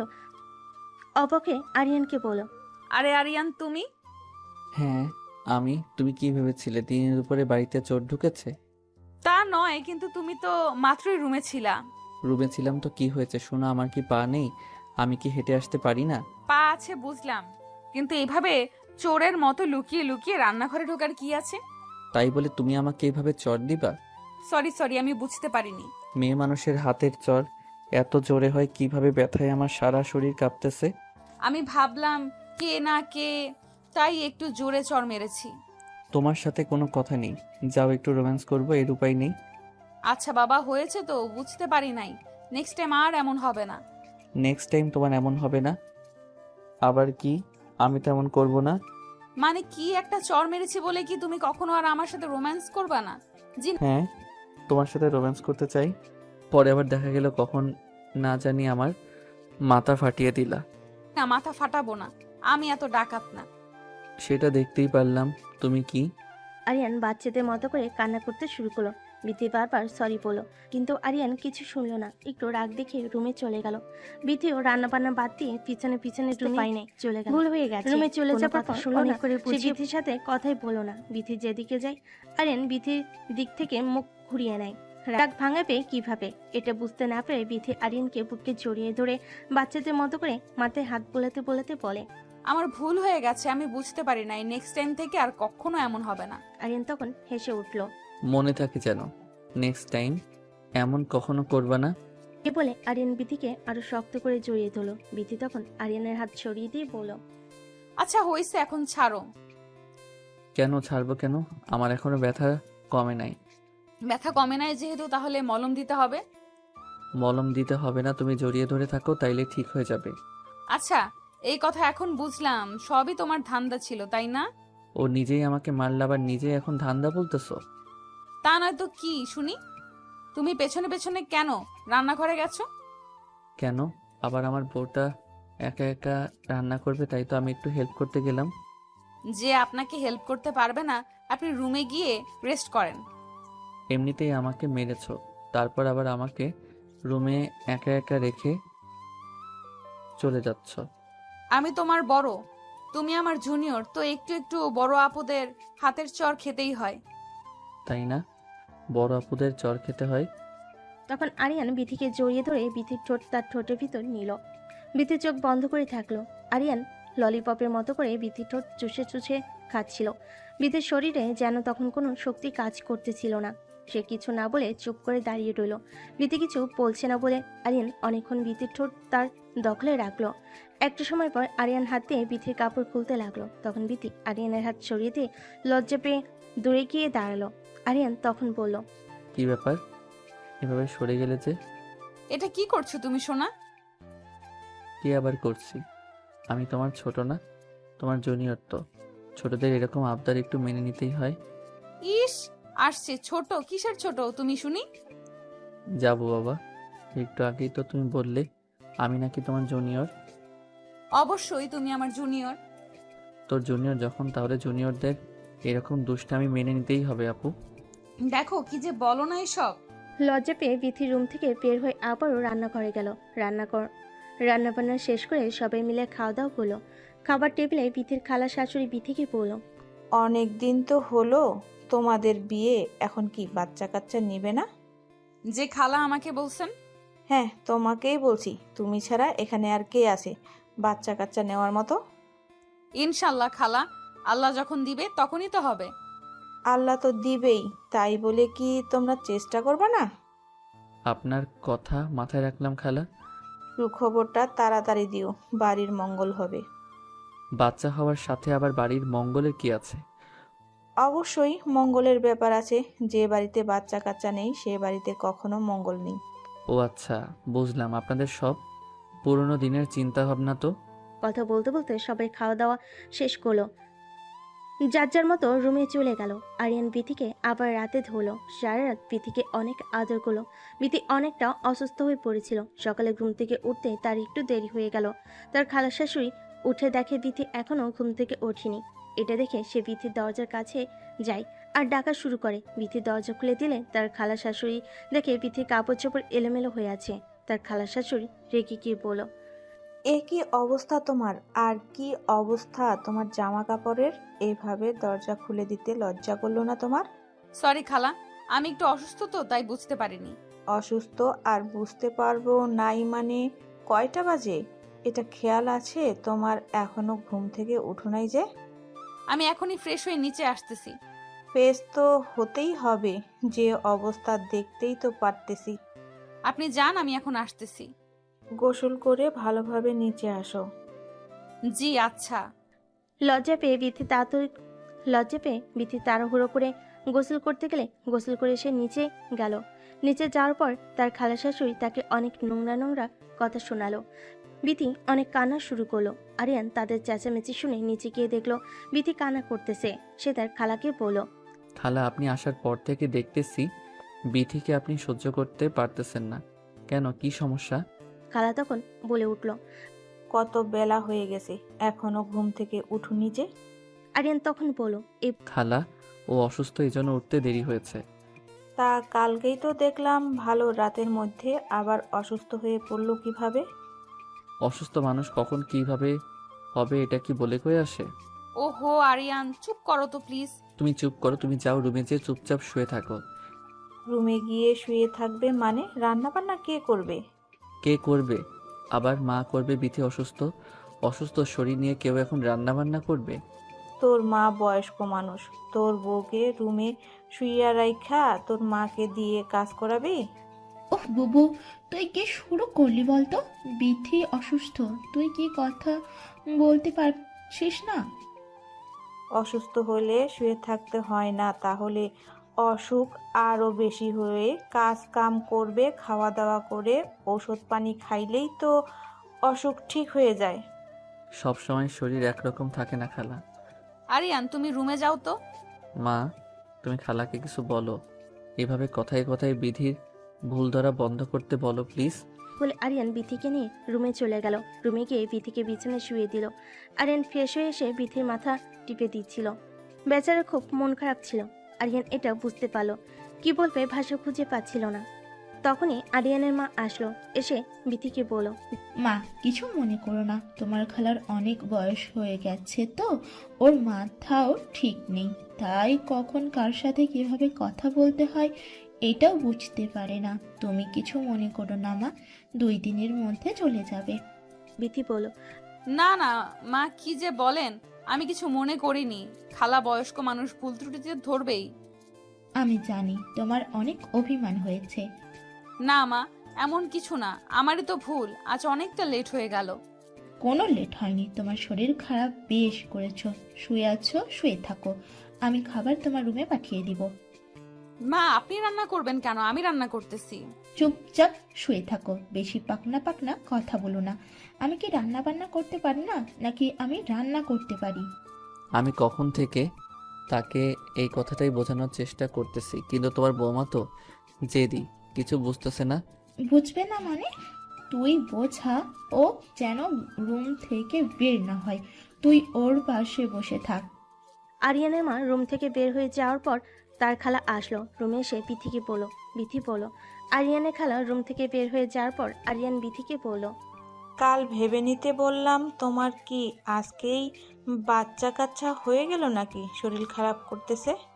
জানি না খালা, বুঝতে পারতেছি না, কেমন জানি একটা লাগতেছে। শোনো, আমার কথায় কিছু মনে করো না। না না খালা, কিছু মনে করিনি, ভুল তো আমারই হয়েছে। ডাক্তার নিয়ে এসে পরীক্ষা নিরীক্ষা করো, দেখো বাচ্চা কাচ্চা হলো নাকি। জি আচ্ছা। খবরটা তাহলে শুনে যেতে পারবো। আচ্ছা খালা, খুব শীঘ্রই আপনাকে সুখবর দিবনি। বিথি লজ্জা পেয়ে কিছু না বলে বালিশে মুখ চেপে ধরলো। আরিয়ান দরজা লাগিয়ে দিয়ে জড়িয়ে ধরলো। বিথি বলল, বাচ্চা বাচ্চা নিতেই হবে, সবাই পাগল হয়ে গেছে বুঝছো, একটা ব্যবস্থা নিতে হবে আমাদের। আরে আরে কি করো? শুনলে না খালা কি বলল? তাই বলে তুমি এখন এসব করবা নাকি? হ্যাঁ, কারণ খালা 2-1 দিনের মধ্যে বাসায় চলে যাবে। তুই শুনলা না খালা সুখবর শুনে যেতে চাই। এই যাও, আমি অসুস্থ, এটা ভুলে গেছো নাকি?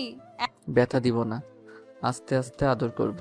একদমই না, আমি তোমাকে বিশ্বাস করতেছি না। রাতেও এই সেম কথা বলে অনেক ব্যথা দিয়েছো।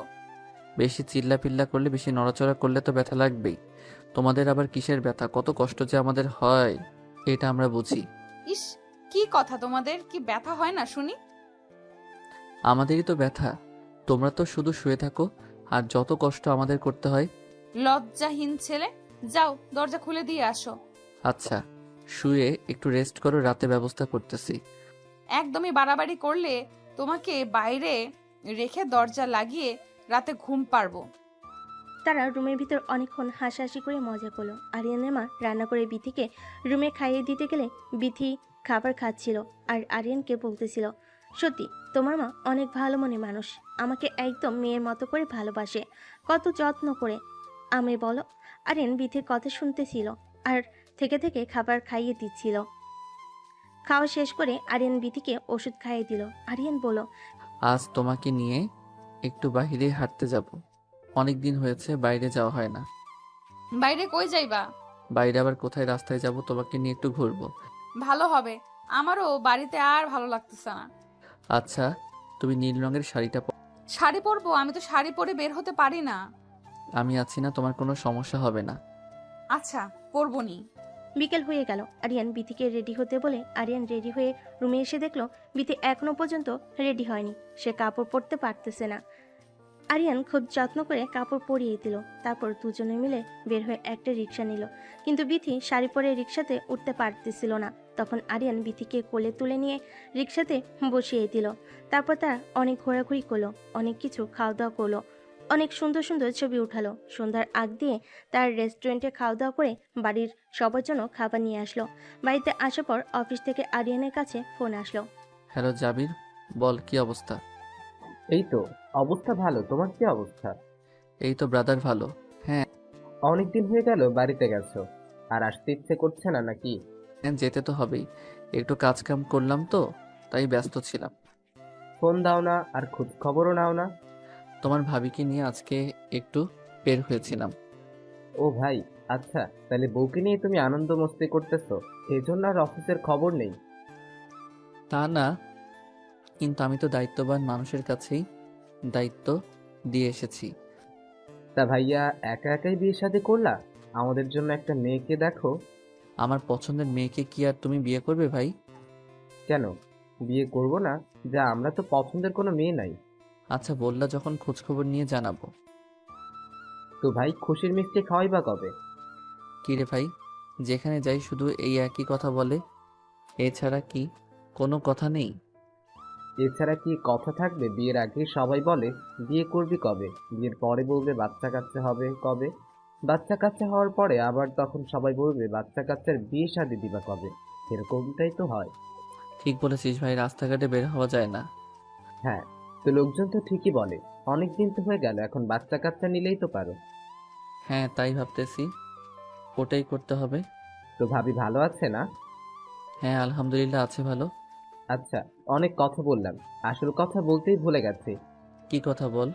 আরে 25 তারিখ ইন্ডিয়া থেকে আমাদের নতুন ক্লায়েন্ট আসার কথা। কি বলিস, 25 তারিখ? হ্যাঁ ভাই, 25 তারিখে নাকি ওরা এখানে আসবে। আর মাত্র 7 দিন পর? এত তাড়াতাড়ি দিন করলি যে? কিছুই করার নেই, কারণ ওদের নাকি সময় ছাড়া আর সময় হবে না। আচ্ছা, তাইলে কি আর করা যাবে, আসবো নি আমি 25 তারিখের আগেই। না, বউকে রেখে আসতে ভালো না লাগলে বউকে সঙ্গে করে নিয়ে আসো ভাই। ওকে নিয়ে যাবে না? কেন, আমরা কি কেড়ে নিব নাকি? কেড়ে নিতে চাইলে কি আমি নিতে দেব নাকি? তাহলে ভয় কিসের? এমনি রে ভাই, ও যাইতে চায় না এখানে, মা বাবা সবাই আছে, ওদের বয়স হয়ে গেছে। আচ্ছা ভাই, তাহলে সময় মতো চলে আসো, দেখা হচ্ছে। ওকে ব্রো, দেখা হচ্ছে। আরিয়ানকে অনেকক্ষণ চিন্তিতভাবে কথা বলতে দেখে বিথি আরিয়ানকে বলল। কি কোনো প্রবলেম হয়েছে? আরিয়ান মন খারাপ করে বলল। 25 তারিখে ব্যাগ যেতে হবে ইন্ডিয়া থেকে, ক্লায়েন্ট আসতেছে, মিটিং আছে। মন খারাপ করে বিথি বলল। 25 তারিখ এত তাড়াতাড়ি চলে যাইবা? আরিয়ান বলল। কি করা যাবে বল, আমার তো তাড়াতাড়ি যাওয়ার কোনো প্ল্যান ছিল না। আচ্ছা, কি করা যাবে, কাজ যেহেতু যেতে তো হবেই। মন খারাপ কইরো না, আমি খুব তাড়াতাড়ি চলে আসবো। চলে আসার দরকার কি, আবার গিয়ে নিখোঁজ হয়ে যাও। এখন আর নিখোঁজের উপায় আছে নাকি? কেন, এখন আবার কি এমন পরিবর্তন হলো? আমার মিষ্টি একটা বউ রেখে কি আর দূরে থাকা যায় বলো? থাকতে তো যাচ্ছ, কতদিন থাকবে কে জানে। খুব অল্প দিন থাকবো, যত তাড়াতাড়ি সম্ভব চলে আসবো। দেখবো নি কেমন তাড়াতাড়ি আসো তুমি। যাওয়ার আগে বাবুটাকে তোমার পেটের ভেতর দিয়েই যাই, কি বলো? যাও, কি বলো এসব? হ্যাঁ, ঠিকই তো বলেছি, যেন পরের বার আসলে আমার বাবুর স্পর্শ পাইতে পারি। কেন গো, আপনি কি বাবু হওয়ার পরে আসবেন? বাবু হওয়ার পরে আসবো না, তবে আস্তে আস্তে তোমার পেটের ভেতর বাবু একটা বড় হয়ে যাবে, তোমার পেটে হাত দিলে আমার বাবুর স্পর্শ পাবো। আচ্ছা হয়েছে, এখন যাও। প্রয়োজনীয় জিনিসগুলো বোঝাতে হবে, নইলে বের হওয়ার সময় তাড়াহুড়ো করে অনেক জিনিস রেখে যেতে পারি। আরিয়ান বাইরে গিয়ে তার বাবা মাকে ডেকে বলল তার 25 তারিখে যাইতে হবে। এদিকে বিথি তো প্রচুর মন খারাপ, সবসময় মন ভার করে নিয়ে থাকে। আরিয়ান চলে যাবে বলে আরিয়ানের মনটাও খারাপ। এত তাড়াতাড়ি যাওয়ার কোনো ইচ্ছে ছিল না, তবুও যাইতে হবে, অফিসে বলে কথা। দেখতে দেখতে 23 তারিখ। আজ বিথির সকালে ঘুম থেকে উঠতে কান্না শুরু করে দিল। আরিয়ান চোখ খুলে দেখলো বিথি কান্না করতেছে। আরিয়ান ভয় পেয়ে তাড়াহুড়ো করে উঠে বসলো আর বিথিকে বলল। কি হয়েছে, কি ব্যাপার, সকাল সকাল ঘুম থেকে উঠে তুমি কান্না করতেছো কেন? আজ 23 তারিখ। আজ 23 তারিখ, তো কি হয়েছে? কি হয়েছে মানে? কাল 23 তারিখ, কাল সকালেই তো তুমি চলে যাইবা। পাগলি, এটা ভেবে কান্না করার কি আছে, বললাম না খুব তাড়াতাড়ি চলে আসবো। যতই বলো তবুও এই কয়েকটা দিন তোমাকে ছাড়া কিভাবে থাকবো বুঝতে পারতেছি না। যখন 2টা বছর ছিলাম না তখন কিভাবে ছিলা? কিভাবে যে ছিলাম ওটা শুধু আমিই জানি, ওটা কাউকে বোঝানোর মতো কথা না। জানি, আমি খুব কষ্টে কাটিয়েছো। ঢাকা যেয়ে আবার আমাকে ভুলে যাবে না তো? পাগল তুমি, তোমাকে ভুলবো আমি? ভুলতেও তো পারো। আমি মরে যাব তাও তোমাকে ভুলবো না। চুপ, কি সব কথাবার্তা বলো তুমি? তাহলে তুমি কান্নাকাটি করা বাদ দাও। ঘুম থেকে উঠে খাওয়া দাওয়া করে আরিয়ান তার প্রয়োজনীয় সমস্ত জিনিসপত্র গোছাতে লাগলো। বিতিও সঙ্গে হেল্প করতেছিল। দুপুরে গোসল করার আগে আরিয়ান বিতিকে কোলে করে বিছানায় নিয়ে গেল। একটানে বিথির কাপড় খুলে দিল। বিথি চোখ বন্ধ করে রইল।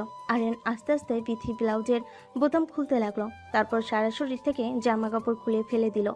একইভাবে আরিয়ানও তার শরীরের জামা কাপড় সরিয়ে ফেলে নিজেদের মধ্যে আর কোনো কিছু দূরত্ব রাখলো না। দুজনেই মিলেমিশে একাকার হয়ে গেল। প্রচুর আদর করলো। বিথি বলল, ইস, ব্যথা লাগছে। আর একটু সহ্য করো। আর একটুও পারবো না, তুমি ছাড়ো আমায়। আর একটু বাবা, ঠিক হয়ে যাবে, চলেই তো যাব। চলে যাবা বলে এতটা বেশি ব্যথা দিবা? আমার ভালো লাগছে, বোঝো প্লিজ। ঠিক আছে, এখন যত ইচ্ছা হয় তত করে নাও রাতে, কিন্তু খবরদার আমার শরীরে টাচ করবে না। আচ্ছা, রাতেরটা রাতে দেখা যাবে। চলে যাওয়ার আগে এইভাবে ঝামেলা করবে না। ঝামেলা আবার কই করলাম? তুমি তো ঝামেলা করতেছো। তারপর দুজনেই উঠে দুপুরের গোসলটা সেরে নিল। সবার সাথে গল্প গুজব করতে করতে বিকালটা পার হয়ে গেল। সন্ধ্যে খাওয়া দাওয়া করে আরিয়ান তাড়াতাড়ি ঘুমাতে গেল, কারণ সকালে তাড়াতাড়ি করে উঠতে হবে, চলে যাইতে হবে। বিথিও বেশি দেরি না করে ঘুমাতে চলে গেল। দুজনেই ঘুমিয়ে পড়ল। অনেক রাতে বিথি আরিয়ানকে জড়িয়ে ধরল, আরিয়ানও বিথিকে জড়িয়ে ধরল। আরিয়ান বিথির গলায় কামড় দিল। আহ করে চিৎকার করে উঠল। এই সুযোগে আরিয়ান বিথির ওপর আবার ঝাঁপিয়ে পড়ল। বিথি আহ উফ কি শব্দ করতেছিল। আরিয়ান প্রচণ্ড মজার সঙ্গে সারাটা রাত বিথির শরীর একদম কামড়ে ফেল। সকালে ঘুম থেকে উঠে রেডি হয়ে আরিয়ান বের হয়ে গেল। 4-5 দিন পর হঠাৎ করে বিথি মাথা ঘুরে পড়ে গেল। আরিয়ানের মা ডক্টর নিয়ে এসে বিথিকে পরীক্ষা করে দেখলো বিথি প্রেগনেন্ট। ডক্টর বলল, সুখবর আছে, মিষ্টি খাওয়ান। কি সুখবর ডক্টর বলেন? আপনার ছেলের বউ মা হতে যাচ্ছে। সত্যি ডাক্তার, সত্যি বলছেন আপনি? একদমই সত্যি বলতেছি। আল্লাহ, কি বলেন, বিশ্বাসই তো করতে পারছি না। ডক্টরের মুখ থেকে এমন কথা শুনে অনেক খুশি হলো। তারপর আরিয়ানকে ফোন দিয়ে তারাই সুখবরটা জানালো। আরিয়ানও প্রচুর খুশি হলো। এই খবর শোনা মাত্র আরিয়ান বলল, যত তাড়াতাড়ি সম্ভব আমি বাড়িতে আসতেছি মা। আরিয়ান তার মাকে বলল বিথিকে যেন চোখে চোখে রাখে, একদম যেন কোনো কাজ করতে না দেয়। আরিয়ানের মা আরিয়ানের সব কথা শুনে কোনো কাজ করতে দেয় না। 7-8 দিন পর আরিয়ান বাড়িতে আসলো। এসে বলল, থ্যাংক ইউ সো মাচ। দূর পাগল, থ্যাংক ইউ বলার কি আছে? এই যে আমার বেবিকে দুনিয়াতে নিয়ে আসার জন্য। কষ্ট তো তুমি বেশি করেছো। আরিয়ান বিথিকে জড়িয়ে ধরে কপালে চুমা দিল। তারপর তাদের নতুন সুখের জীবন শুরু হলো। গল্প এখানেই সমাপ্তি।